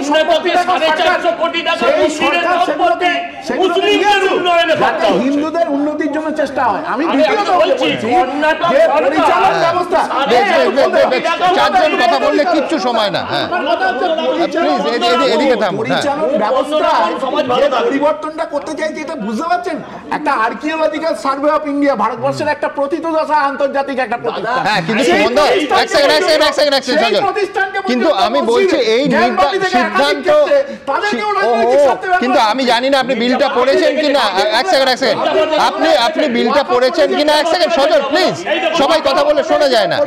সুমন বন্দ্যোপাধ্যায়কে আমি পরিষ্কার জিজ্ঞেস করছি আপনাকে, সেটা আপনি কি বিলটা পড়েছেন? এই জন্য জিজ্ঞেস করছি যে এইটা ওয়াকফ প্রপার্টি কিনা সেই সিদ্ধান্তের নেয়ার অধিকার রাজ্যের হাতে ছেড়ে দেওয়া হয়েছে। কিন্তু কেন্দ্র সিদ্ধান্ত নিচ্ছে না। আপনি এই মুহূর্তে কতগুলো বিজেপি শাসিত রাজ্য রয়েছে এবং তারা আচ্ছা বেশ, এবার আমার তথ্যে আসতে হবে। সেটা হচ্ছে কিরেন রিজিজু বলছেন দেশের স্বার্থে, যেটা সজল বলছে এই বিল আনা হচ্ছে। পাল্টা মমতা বন্দ্যোপাধ্যায় বলছেন যে জুমলা পার্টির একটাই কাজ দেশটাকে ভাগ করে দেয়া। সুদীপ বন্দ্যোপাধ্যায় আজ কালো পোশাকে এর বিরোধিতায় যান। কংগ্রেস কি বলেছে, বিজেপি কি বলেছে, তাদের যুক্তিগুলো ঠিক স্টুডিওতে যেটা দেখছেন আজকে এই মুহূর্তেও পার্লামেন্টে তাই নিয়ে বিতর্ক চলছে। আমি দ্রুত সেই বিতর্কের ইন আ নাটশেল আপনাদের সামনে রাখবো। হই হট্টগোল, সমর্থন বিরোধিতা, পক্ষে বিপক্ষে দ্বন্দ্বের মধ্যেই সংসদে পেশ হল ওয়াকফ সংশোধনী বিল 2024। সংসদের নিম্নকক্ষে এই বিল পেশ করেন সংখ্যালঘু বিষয়ক মন্ত্রী কিরেন রিজিজু। पूरा यकीन है कि जो लोग इस बिल को विरोध कर रहे थे वो हृदय में भी बदलाव होगा। पॉजिटिव सोच के साथ इस बिल में सब समर्थन करेंगे। ওয়াকফ সংশোধনী বিল নিয়ে সরকার পক্ষের সঙ্গে প্রবল বাকযুদ্ধে জড়ান বিরোধী সাংসদরা। বিজেপির দাবি এই বিল গরিব মুসলিমদের জন্য, পাল্টা বিরোধীদের দাবি এর ফলে মুসলিমদের অধিকার ক্ষুণ্ণ হবে। अध्यक्ष महोदय, भाजपा जब भी कोई नया बिल लाती है तो वो अपनी नाकामी छुपाती है।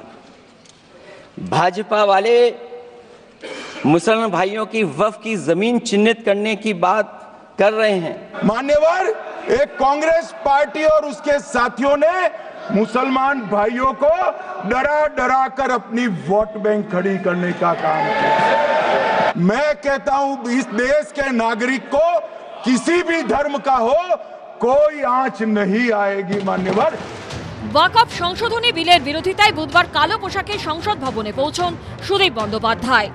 They are fighting for Waqf today because the Jumla party is only one point program to divide the country, and they believe only divide and rule policy, what we don't. আগে কনস্টিটিউশনকে শ্রদ্ধা করো, তারপরে কারো অধিকার কেড়ো। তৃণমূল কংগ্রেস বিরোধিতা করছে। পশ্চিমবঙ্গের সবচেয়ে বেশি ওয়াকফ প্রপার্টি যদি কেউ লুট করে থাকে তার নাম তৃণমূল কংগ্রেস। কোথায় কোথাও স্কুল তৈরি হয়েছে। কিছু মানুষের লুট বন্ধ করতে হবে এবং ওয়াকফ বোর্ডের মধ্যে যাতে মহিলাদের অস্তিত্ব থাকে, তাদের উপস্থিতি থাকে, তাদের সম্মান থাকে, সেটার জন্য এই বিল। লোকসভায় ওয়াকফ সংশোধনী বিল পাশ করাতে 272 জন সাংসদের সমর্থন প্রয়োজন। এর মধ্যে মোদী সরকারের পক্ষে রয়েছে 298 জন, বিরোধী পক্ষে 233। অর্থাৎ সংখ্যার নিরিখে সংশোধনী বিল পাশ হতে কোনো বাধা নেই। বিজেন্দ্র সিংহ ও সুমন ঘরাইয়ের রিপোর্ট, এবিপি আনন্দ। আমি বলছি সারাদিন আজ কংগ্রেস তেরে প্রতিবাদ করেছেন, কিন্তু আমি বলছি সৌম্য, ওয়াকফ বিলের তুমি যদি পড়ে থাকো যে ওয়াকফ বোর্ডে মহিলা সদস্য, একাধিক মহিলা সদস্যর 3 জন মহিলা সদস্য রাখার প্রভিশনও কিন্তু আমি বিলটা পড়েছি। আমি 3টে প্রশ্ন আপনাকে বলছি, কারণ আমার সময় খুব কম। আমি বলছি যে 5 বছরের মুসলমান হতে হবে, তাই ওয়াকফ বোর্ডে মানে জমি দান করতে পারবেন।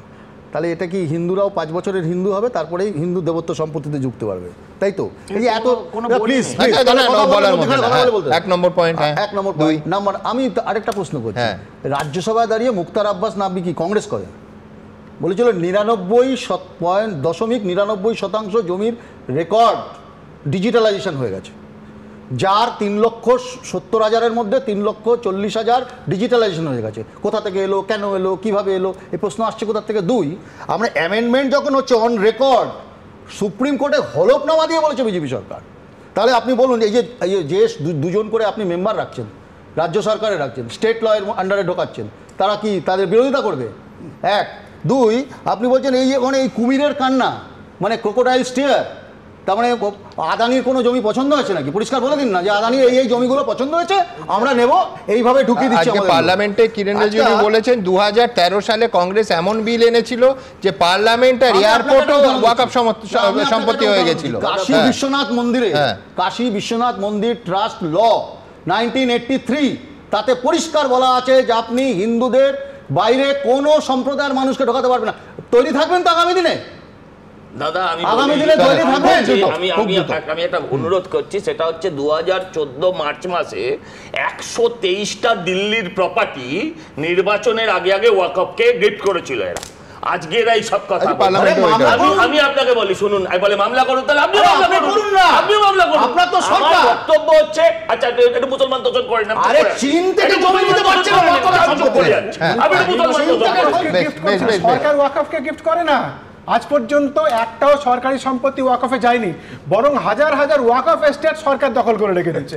এখন সরকারি অ্যামেন্ডমেন্টের মাধ্যমে এই সম্পত্তিটাকে দখল করার চেষ্টা আপনাকে বলি, ওয়াকফ এস্টেটের জমি আমাদের প্রথম হচ্ছে মিলিটারি সবচেয়ে বেশি, তারপর হচ্ছে রেল, আর তারপরে হচ্ছে ওয়াকফ এস্টেট। আচ্ছা, জমি আর সম্পত্তির কথা যখন হচ্ছে, আমি বলছি ফ্যাক্টস কি বলছে। দেখুন, আমি এই বিষয়ে বিশেষজ্ঞ নই, কিন্তু তথ্য কি বলছে, এই ওয়াকফ বিপুল সম্পত্তি কতটা ওয়াকফের সত্যি সত্যি ওয়াকফের এখতিয়ারে আছে, তাদের আওতায় আছে, দেখে নেব। अगर आज हम ये संशोधन लेके नहीं आते तो जिस सदन में हम बैठे हैं, ये पार्लियामेंट बिल्डिंग, इसको भी क्लेम किया जा रहा था। ওয়াকফ সংশোধনী বিল নিয়ে আলোচনায় সংসদ সরগরম, আর পক্ষে বিপক্ষে যুক্তি পাল্টা যুক্তিতে বারবার যেটা উঠে এলো তা হলো ওয়াকফের সম্পত্তি। তথ্য বলছে এদেশে 9,40,000 একর জমির উপর 8,70,000টি সম্পত্তি ওয়াকফ বোর্ডের অধীনে, যার আনুমানিক মূল্য 1,20,000 কোটি টাকা। ভারতীয় সেনা এবং রেলের পর দেশের সবচেয়ে বেশি সম্পত্তি রয়েছে ওয়াকফ বোর্ডেরই। তথ্য বলছে ভারতে ওয়াকফ বোর্ডের অধীনে কৃষি জমি রয়েছে 1,40,108টি, সমাধিস্থল রয়েছে 1,49,951টি, মসজিদ আছে 1,17,413টি, দোকান রয়েছে 1,06,801টি, বাড়ি রয়েছে প্রায় 90,000, দরগা মাজার রয়েছে 33,000, ঈদগাহ আছে 9,000, মাদ্রাসা 13,719টি এবং স্কুল আছে 2,042টি। ওয়াকফ বোর্ডের আয়ের পরিমাণও কম নয়। তথ্য বলছে 2020-21 অর্থবর্ষে 104 কোটি টাকা, 2021-22 অর্থবর্ষে 61 কোটি টাকা, 22-23-এ 27 কোটি, 2023-24 অর্থবর্ষে 14 কোটি টাকা রোজগার হয়েছে ওয়াকফ বোর্ডের। তবে বিজেপির দাবি ওয়াকফ সম্পত্তির সমস্ত সুবিধা ভোগ করছে একটি নির্দিষ্ট গোষ্ঠী, বঞ্চিত হচ্ছেন সাধারণ মুসলিমরা। দলিত মুসলমানদের স্বার্থে, পসনন্দা মুসলমানদের স্বার্থে, ভারতের উন্নয়নের স্বার্থে, ভারতের বিভিন্ন সরকারি জমি এনক্রোচ করার বিরুদ্ধে, অস্তিত্ব রক্ষার প্রশ্নে সাধারণ মানুষের আজকে বিল নিয়ে আসা হচ্ছে। আর তৃণমূল কংগ্রেস বিরোধিতা করছে। পশ্চিমবঙ্গের সবচেয়ে বেশি ওয়াকফ প্রপার্টি যদি কেউ লুট করে থাকে, তার নাম তৃণমূল কংগ্রেস। অন্যদিকে বিরোধীদের দাবি এই সংশোধনে মুসলিমদের ধর্মীয় স্বাধীনতায় হস্তক্ষেপ। I strongly oppose the bill in entirety. Madam, the spirit of my speech is, तू हिंदू बनेगा ना मुसलमान बनेगा, इंसान की औलाद है, इंसान बनेगा। If I want to donate, it's my choice. How my choice can be controlled? 1954 সালে প্রথম ওয়াকফ আইন পাশ হয়েছিল। 1995 সালে ওয়াকফ আইনে সংশোধনী এনে ওয়াকফ বোর্ডের ক্ষমতা বাড়ানো হয়েছিল। এবারে সংশোধনী বিলে রাষ্ট্রপতির অনুমোদন মিললে নতুন নাম হবে unified Waqf management, empowerment, efficiency and development act. Birendra সিংহের রিপোর্ট, এবিপি আনন্দ। দেখুন, এর পরের ইস্যুটা আমার আপনার প্রত্যেকের জীবনের সঙ্গে যুক্ত। আপনারা জানেন যে যবে থেকে এই ইস্যুটা সামনে এসছে, প্রায় প্রতিদিন চেষ্টা করি যে এই ইস্যুটাতে অন্তত কিছু দৃষ্টিভঙ্গি, কিছু প্রতিবাদ আপনাদের সামনে রাখতে। তার কারণ 27শে মার্চ ঘোষণা করা হলো প্রায় 750টা ওষুধের দাম, তার ভেতরে অত্যাবশ্যকীয়, জরুরি ওষুধ এবং একেবারে সাধারণ ওষুধ প্রতিদিন আমাদের জীবনে যেগুলো লাগে সেগুলো যুক্ত আছে। রাতারাতি তার দাম বেড়ে গেল। 1 এপ্রিল অর্থাৎ গতকাল থেকে সেই দামটা ইমপ্লিমেন্টেড হলো। আজকে মমতা বন্দ্যোপাধ্যায় তার বিরুদ্ধে প্রেস কনফারেন্স করেছেন এবং তার সঙ্গে জুড়েছেন আরেকটা জরুরি ইস্যু, যেটাও জরুরি, সেটা হচ্ছে মেডিক্লেমে জিএসটি প্রত্যাহার। আপনারা জানেন বহুদিন আগে সে নিয়ে নির্মলা সীতারামনের কাছে বলা হয়েছিল। মাঝে একবার শোনা হলো যে নির্মলা সীতারামন কেন্দ্রীয় অর্থমন্ত্রী সে বিষয়ে বিচার বিবেচনা করছেন এবং যে মারাত্মক হেলথ ইন্স্যুরেন্স বাবদ যে টাকাটা, প্রত্যেকের জীবনের অভিজ্ঞতা আছে যাদের হেলথ ইন্স্যুরেন্স আছে, যে রাতারাতি কোভিডের পরে বিশেষ করে জিএসটি যোগ করে মোটামুটি নাগালের বাইরে চলে যাওয়ার অবস্থা। এই জায়গা থেকে প্রতিবাদ স্বাগত, কিন্তু প্রশ্ন হলো যে একেবারে পরিষ্কার বিজেপি যে প্রশ্নটা করছে সেটা হচ্ছে এইটার প্রতিবাদে মিছিল হবে তৃণমূল কংগ্রেসের নেতৃত্বে শুক্রবার এবং শনিবার। সজলদের বক্তব্য যে আসলে রামনবমী থেকে নজর ঘোরাতে, দৃষ্টি ঘোরাতেই এই রামনবমীর আগের ঠিক 2 দিন এই নিয়ে প্রতিবাদ। কি আমরা জানি না, কিন্তু আবার বলছি এই ইস্যুটা অত্যন্ত জরুরি এবং আমার আপনার প্রত্যেকের জীবনের সঙ্গে যুক্ত। প্রথমে প্রতিবেদন, তারপর এই নিয়ে আলোচনা আসবে। মোদী সরকার সবুজ সংকেত দেওয়ায় মঙ্গলবার থেকে 748টি অত্যাবশ্যকীয় ওষুধের দাম বেড়েছে। সাধারণ মানুষকে চরম দুশ্চিন্তায় ফেলে 1.74% করে দাম বেড়েছে ওষুধগুলির। এই সিদ্ধান্তের বিরুদ্ধে এবার পথে নামতে চলেছে তৃণমূল রামনবমীর ঠিক আগে। শুক্র ও শনিবার ব্লকে ব্লকে, ওয়ার্ডে ওয়ার্ডে প্রতিবাদ মিছিল করবে তারা। আমরা 4 আর 5 শুক্রবার এবং শনিবার বেলা 4টের সময়, বেলা 4টে থেকে 5টা 1 ঘন্টা প্রতি ব্লকে ব্লকে, প্রতি ওয়ার্ডে ওয়ার্ডে ওষুধের দাম বাড়াচ্ছ কেন এই দাবিতে আমাদের এলাকায় এলাকায় মিছিল মিটিং হবে। যেখানে সরকার চিন্তিত 6 তারিখ নিয়ে, সেখানে তার আগের দিন কি করে আন্দোলন করে তৃণমূল কংগ্রেস?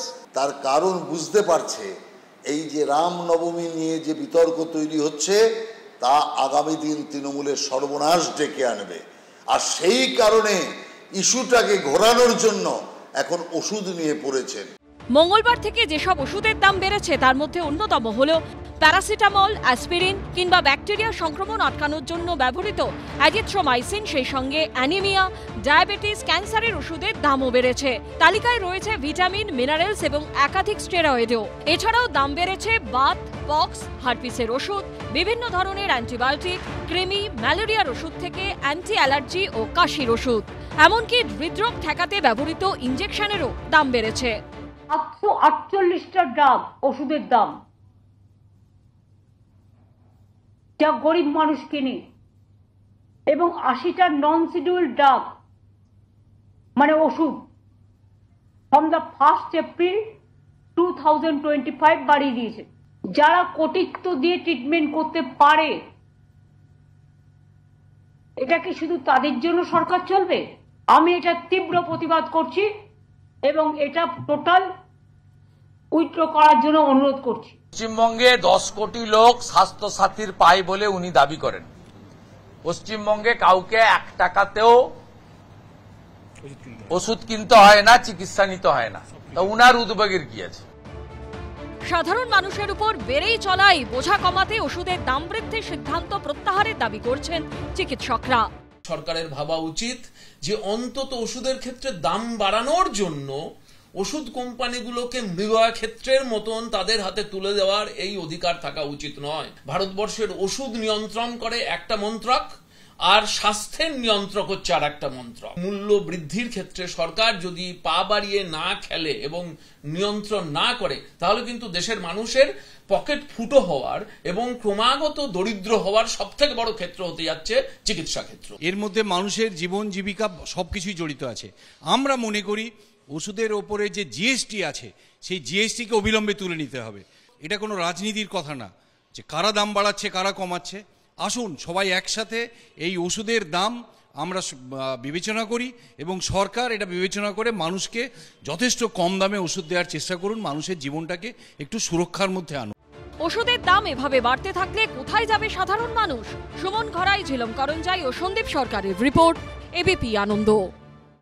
দেখুন, সোজা কথা, যবে থেকে নির্বাচনী বন্ডে এই মাল্টিন্যাশনাল বা দেশীয় বিরাট বিরাট ওষুধ কোম্পানিগুলো টাকা দিয়েছে রাজনৈতিক দলগুলোতে, সেই দিনও এই অনুষ্ঠানে বলেছিলাম যে সরাসরি এর প্রভাব পড়বে না, তো জানতাম না, তখনও তো পড়েনি, কিন্তু আশঙ্কা ছিল যে পড়বে না তো ওষুধের দামে, যার ফলে ওইখানকার দেয়া ওই কোটি কোটি টাকাটা তুলবে আমার এবং আপনার পকেট থেকে, এই আশঙ্কা ছিল। কিন্তু একেবারে রাজনৈতিক প্রশ্নে আসবো সুমন বন্দ্যোপাধ্যায়ের কাছে, যে পরিষ্কার বিজেপির বক্তব্য যে রামনবমী আগের দুদিন অন্য অনেক দিন করা যেত, কিন্তু শুক্র এবার শনিবার মিছিল করা ইস্যুটাকে, রামনবমী ইস্যুটাকে ডাইভার্ট করার জন্য। ওষুধের দাম বাড়া নিয়ে তৃণমূল কংগ্রেসই প্রথম রাস্তায় নেমেছে, কোনো সন্দেহের কোনো জায়গা নেই কোনো। এবং কোভিডের সময় নির্বাচনী বন্ডেও তৃণমূল কংগ্রেস টাকা পেয়েছে। কোভিডের তখন তো নিয়ম ছিল, সবাই তো নিয়েছে, সবাই, এটা তো কোনো সবাই, ব্যাপার কিছু না। কিন্তু বামেরা ছাড়া যে সিপিএম নেয়নি অবশ্য, সিপিএম ছাড়া যেভাবে দাম বেড়েছে, দাম বাড়ার বিরুদ্ধে যে প্রতিবাদটা, সেই প্রতিবাদটা কিন্তু কোভিডের সময় থেকে হয়নি। কোভিডেও তো আমরা দেখেছি যে কয়েকটা নির্দিষ্ট কোম্পানিকে ওই কোভিডের যে টিকা, সেই টিকা তৈরি করার সুযোগ দিয়ে তাদেরও বিশাল পরিমাণে জায়গা হচ্ছে। আপনি আজকে 1 এপ্রিল আপনি ভাবুন, শুধু ওষুধের দাম বাড়া না, আপনি আজকে এটিএম এ গেলে সেই এটিএম এর যে চার্জ, সেই এটিএম এর চার্জ বৃদ্ধি পাচ্ছে। ইউপিআই ব্যবহারের ক্ষেত্রে সেক্ষেত্রে বিধিনিষেধ আসছে। আপনি যে রাস্তা দিয়ে যাবেন, উনি যত রকম প্রাণী আছে কি করবে সরকার, বলো সেটা। বিরাট দাম বেড়েছে। আমি মানুষের কাছে প্রশ্নটা রাখতে চাই, এই যে আপনারা গেল রব তুলে দিয়েছেন, না গেল না, কিন্তু তোমরা কেন মনে করছো যে এইটা রামনবমীকে মানে ডাইলিউট করার জন্য তৃণমূল করছে? এখন এত দাঙ্গা পরিস্থিতি, সেই মুহূর্তে এটা তারা দুদিন বাদেই করা যেত। আমার বক্তব্য হচ্ছে কত দাম বেড়েছে এটাও বলুন, যে 100 টাকার ওষুধটা এবার থেকে আপনি কিনবেন 101 টাকা 74 পয়সা, অনেকটা বাড়লো। 1000 টাকা আমি বলছি যে সজল, আমি এক্ষুনি আর্কাইভ থেকে দেখাবো যে কতবার কংগ্রেস আমলে ওষুধের দাম বাড়ায় বিজেপি রাস্তায় নেমেছে। এটাই তো বিরোধী দল তো এটাই করবে। দাদা আমি কত মানুষকে জিজ্ঞেস করো এখানে যারা আছে তাদের মাসিক খরচটা কোথায় গিয়ে পৌঁছেছে। আমি বলছি 100 টাকায় 101 টাকা 74 পয়সা হয়েছে, 1000 টাকায় 1010 টাকা 74 পয়সা হয়েছে, এগুলো সব ঠিক। আমি আপনাদের মাধ্যম দিয়ে মানুষের কাছে প্রশ্ন রাখতে চাই যে আপনি কোনটাকে চয়েস করবেন, 1.74% বর্ধিত মূল্য না ভেজাল ওষুধ? আমি এটা নিয়ে বলতে চাই। আমি বর্ধিত মূল্য দিয়ে তো ভেজাল ওষুধই পেতে হচ্ছে। এটাই বলছি। আমি বিজেপির গত এক মাস ধরে কি চলছে, আমি বিজেপির নেতৃত্বের কাছে আবেদন করব, এই ঘটনার পর, মানে রামনবমীর এখন প্রস্তুতিতে ব্যস্ত আছে সবাই, তো রামনবমীর পর বিজেপিও যেন এই ভেজাল ওষুধ নিয়ে আরো ভয়ঙ্কর ভাবে রাস্তায় নামে। আপনি বলছেন যে যখন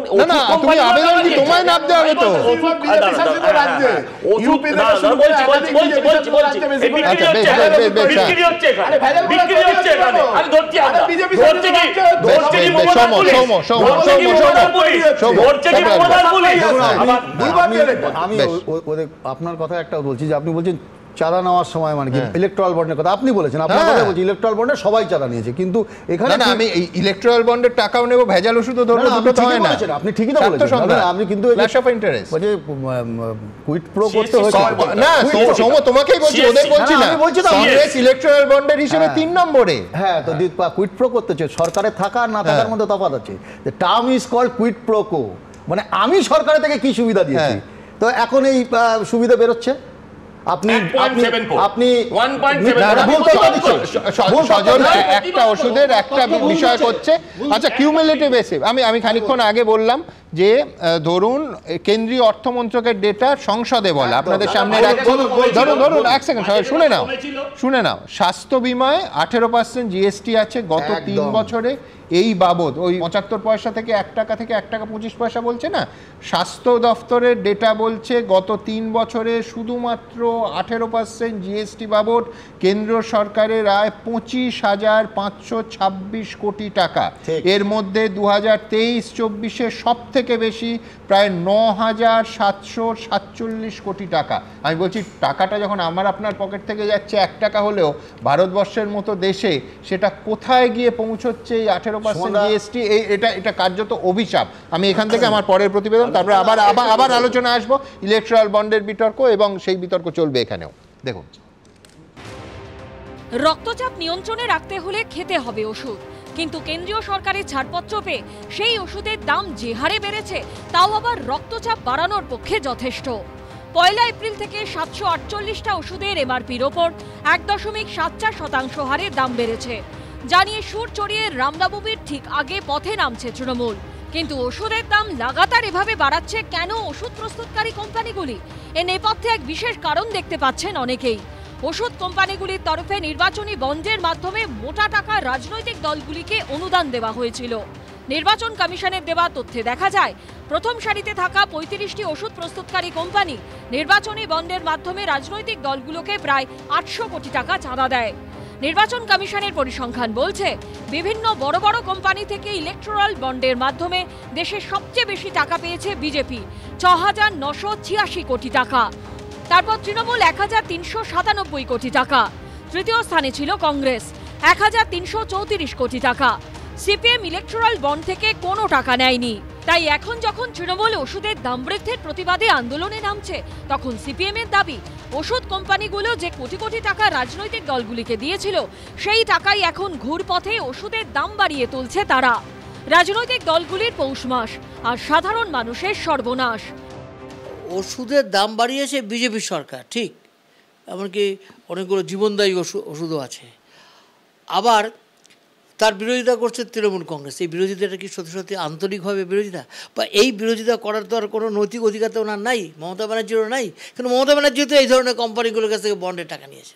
নির্বাচনী বন্ডের যে টাকা নিয়েছে তৃণমূল কংগ্রেস, ভারতবর্ষের প্রথম বিজেপি, তারপরে হচ্ছে তৃণমূল টাকা নেওয়ার ব্যাপারে এই ওষুধ কোম্পানিগুলো থেকে, এই সমস্ত জায়গা থেকে। তাহলে এই ওষুধ কোম্পানিগুলো এখন মানুষের কাছে টাকা তুলছে। তাহলে ওই আপনি বলছেন মানে চোরকে বলছেন চুরি করো, আর গৃহস্থকে বলছেন সজাগ থাকো। এটাকে বলা হচ্ছে ভাবের ঘরে চুরি করা। ইলেকটোরাল বন্ডের মাধ্যমে রাজনৈতিক দলগুলিকে কোটি কোটি টাকা দেওয়া আর তারপর ওষুধের দাম বাড়ানো, পরপর এই দুটি বিষয়কে পাশে রাখলে বিতর্ক তৈরি হতে বাধ্য। বন্ড জিনিসটা যতক্ষণ না পর্যন্ত ট্রান্সপারেন্ট হচ্ছে, সাধারণ মানুষ হিসেবে আমাদের প্রশ্ন থেকেই যাবে। অর্থাৎ আপনি বন্ডে, ইলেকট্রাল বন্ডে টাকা নিতে পারেন দেশের আইন করে, কিন্তু কনফ্লিক্ট অফ ইন্টারেস্ট যদি কোনো জায়গায় থাকে, সেই সিওআই বা কনফ্লিক্ট অফ ইন্টারেস্ট কিন্তু যে কোনো সভ্য সমাজের পক্ষে মারাত্মকভাবে ক্ষতিকারক। মানুষ ওষুধ কেনে রোগ যন্ত্রণা থেকে মুক্তি পেতে, কিন্তু সেই ওষুধের দামই যদি নাগালের বাইরে চলে যায় তাহলে মানুষ বাঁচবে কি করে? সন্দীপ সরকারের রিপোর্ট, এবিপি আনন্দ, কলকাতা। দেখুন, এই বিষয় রাখবো কোথায় যে আমাদের দেশে ডায়মন্ড জুয়েলারির ওপর 3% জিএসটি আর স্বাস্থ্য বিমার ওপর 18% জিএসটি। রবীন্দ্রনাথবাবু, দেখুন, একটা কথা আমার খুব ভালো লাগছে যে যে কারণেই হোক, সে রামনবমীকে ঠাকানোর জন্য হলে আরও ভালো যদি মুখ্যমন্ত্রী এই মূল ইস্যুতে লড়াইটাকে নিয়ে আসতে পারেন, যদি সাধারণ মানুষকে এর মধ্যে নিয়ে আসতে পারেন, উইল বি ভেরি হ্যাপি। তার সঙ্গে আরও একটা জিনিস, এই যে জাল ওষুধগুলো পাওয়া যাচ্ছে তার বিরুদ্ধেও তৃণমূল সমানভাবে আন্দোলন করুক এবং মূল ইস্যুতে আসুন। ওই রামনবমী বাদ দিন, এই জায়গাতে আমাদের এবং ড্রাগ অথরিটি অফ ইন্ডিয়া, কেন্দ্র এবং রাজ্য দুজনেরই দায়িত্ব।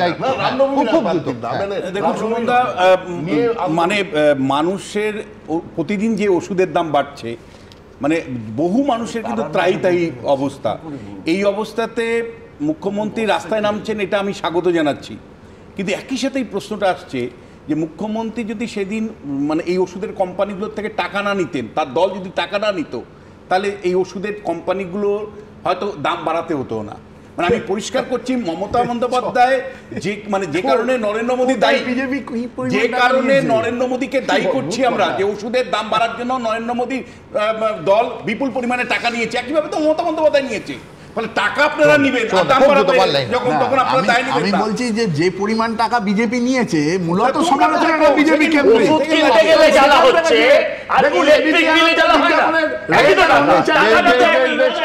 আমি এইখান থেকে খুব খুব দুঃখের সঙ্গে আমার পরের প্রতিবেদন আপনাদের সামনে রাখবো। আগেই আলোচনা করেছি, আলোচনায় যাচ্ছি না, যে আজকে সরকারি আইনজীবী বললেন যে পঙ্কজ দত্ত, প্রয়াত পঙ্কজ দত্ত রাজ্যের প্রাক্তন আইজি, তিনি একজন নীতিহীন ব্যক্তি ছিলেন, তাকে আইপিএস বলতে লজ্জা হয়। আমি আবার বলছি, বিচারাধীন বিষয়, আলোচনার অবকাশ নেই, আলোচনা করছিও না, কিন্তু খারাপ লেগেছে। প্রয়াত আইপিএস অফিসার পঙ্কজ দত্তর স্ত্রীর আবেদনে কার্যত মান্যতা দিল কলকাতা হাইকোর্ট। 6 থেকে 10 অক্টোবর পর্যন্ত বটতলা থানার ভেতরে ও বাইরের সিসিটিভি ফুটেজ সংরক্ষণের জন্য রাজ্য সরকারকে নির্দেশ দিলেন বিচারপতি তীর্থঙ্কর ঘোষ। আর যে পঙ্কজ দত্ত দশকের পর দশক ধরে রাজ্য পুলিশের দক্ষ সৎ অফিসার হিসেবে দায়িত্ব পালন করেছেন, যাকে শেষ জীবনে সেই পুলিশের হাতে হেনস্থা হতে হয়েছে বলে অভিযোগ উঠেছে, বুধবার তার সম্পর্কে সরকারি আইনজীবী কলকাতা হাইকোর্টে দাঁড়িয়ে বলেন, পঙ্কজ দত্ত একজন নীতিহীন ব্যক্তি ছিলেন, তাকে আইপিএস বলতে লজ্জা হয়। 13ই জানুয়ারি আমি চিঠি লিখে ক্যালকাটা পুলিশের কাছে জানতে চেয়েছিলাম, কিন্তু অপেক্ষা করেছিলাম 1.5 মাস, কোনো উত্তর পাইনি। তাই কোর্টে মুভ করেছিলাম আমি ব্যক্তিগতভাবে, মানে আমি ভার্সেস গভর্নমেন্ট। তো আজকে সেই হিয়ারিংয়ে সিসিটিভি ফুটেজ মহামান্য আদালত গ্রান্ট করেছেন যে দিতে হবে। ওই দুজন যে অফিসার আইসি এবং আইও, তাদের আমরা চেয়েছিলাম যে জিজ্ঞাসাবাদ করা হোক অন্তত, যে কি হতে পারে তারা আইনের আওতায় এনে, যে কতটা পুলিশ এক্সেস হয়েছে কিনা সেইটার ব্যাপারে তাদের কিছু একটা, তো সেই পুরোটাই একটা মহামান্য আদালত গ্রান্ট করেছেন। আরজিকর কাণ্ড নিয়ে প্রতিবাদ আন্দোলন চলাকালীন একটি মন্তব্য করায় মামলা দায়ের হয়। 6 অক্টোবর পঙ্কজ দত্তকে ডেকে পাঠায় বটতলা থানা। অভিযোগ, সেদিন ঘন্টার পর ঘন্টা তাকে থানায় বসিয়ে রাখা হয়, থানার বাইরে তার বিরুদ্ধে বিক্ষোভ দেখানো হয়। অভিযোগ, সেই বিক্ষোভ ছিল পুরোটাই পরিকল্পিত। থানার ভেতরে বসিয়ে রেখে এবং বাইরে বিক্ষোভ দেখিয়ে এক প্রবীণ অবসরপ্রাপ্ত আইপিএস অফিসারকে কার্যত হেনস্থার অভিযোগ ওঠে। এই ঘটনার কয়েকদিন পর 23 অক্টোবর বারাণসীতে একটি অনুষ্ঠানে যোগ দিতে যান পঙ্কজ দত্ত। সেখানে বক্তৃতা দিতে গিয়ে অসুস্থ হয়ে পড়েন। নাক মুখ দিয়ে শুরু হয় রক্তক্ষরণ। সংজ্ঞাহীন অবস্থায় ভর্তি করা হয় বারাণসীরই হাসপাতালে। গত বছর 30 নভেম্বর সেখানেই মৃত্যু হয় তাঁর। 6 অক্টোবর অর্থাৎ যেদিন পঙ্কজ দত্তকে বটতলা থানায় ডেকে পাঠানো হয়, সেদিনের সিসিটিভি ফুটেজ সংরক্ষণের দাবিতে কলকাতা হাইকোর্টে দ্বারস্থ হন প্রয়াত আইপিএস অফিসারের স্ত্রী। সেই শুনানিতে বুধবার সরকারি আইনজীবী স্বপন বন্দ্যোপাধ্যায় বলেন, পঙ্কজ দত্ত একজন নীতিহীন ব্যক্তি ছিলেন, তাকে আইপিএস বলতে লজ্জা হয়। তিনি সরাসরি আইপিএস হননি, পদোন্নতি পেয়ে আইপিএস হয়েছেন। পাল্টা পঙ্কজ দত্তর আইনজীবী জয়ন্ত নারায়ণ চট্টোপাধ্যায় সওয়ালে বলেন, এই ধরনের মন্তব্য অনভিপ্রেত। ওনার মতো ব্যক্তির সম্পর্কে এই ধরনের মন্তব্য না করাই শ্রেয়। দুপক্ষের সওয়াল জবাব শোনার পর 6 থেকে 10 অক্টোবর অবধি বটতলা থানার ভেতর ও বাইরের সিসিটিভি ফুটেজ সংরক্ষণের নির্দেশ দেন বিচারপতি। শফিক মজুমদার, এবিপি আনন্দ, কলকাতা। দেখুন, কাউকে খুব তোয়াজ করা হলে, আদর যত্ন করা হলে বাংলায় প্রায় তাকে জামাই আদর বলা হয়। এখন জেলবন্দি পার্থ চট্টোপাধ্যায়ের জামাই ইডির আদর যত্নে আছেন কিনা আমরা জানি না, তবে তিনি ইতিমধ্যেই রাজসাক্ষী হয়ে দুর্নীতিতে যুক্ত থাকার অভিযোগ থেকে মুক্তি পেয়েছেন। পার্থবাবু অবশ্য এখন অসুস্থ হয়ে হাসপাতালে ভর্তি। তিনি দ্রুত সুস্থ হয়ে উঠুন এবং শিক্ষা দুর্নীতির তদন্তটাও দ্রুত শেষ হোক, এইটুকু দাবির জন্য আবার কেস দেবেন না প্লিজ। কেস দেবেন না প্লিজ।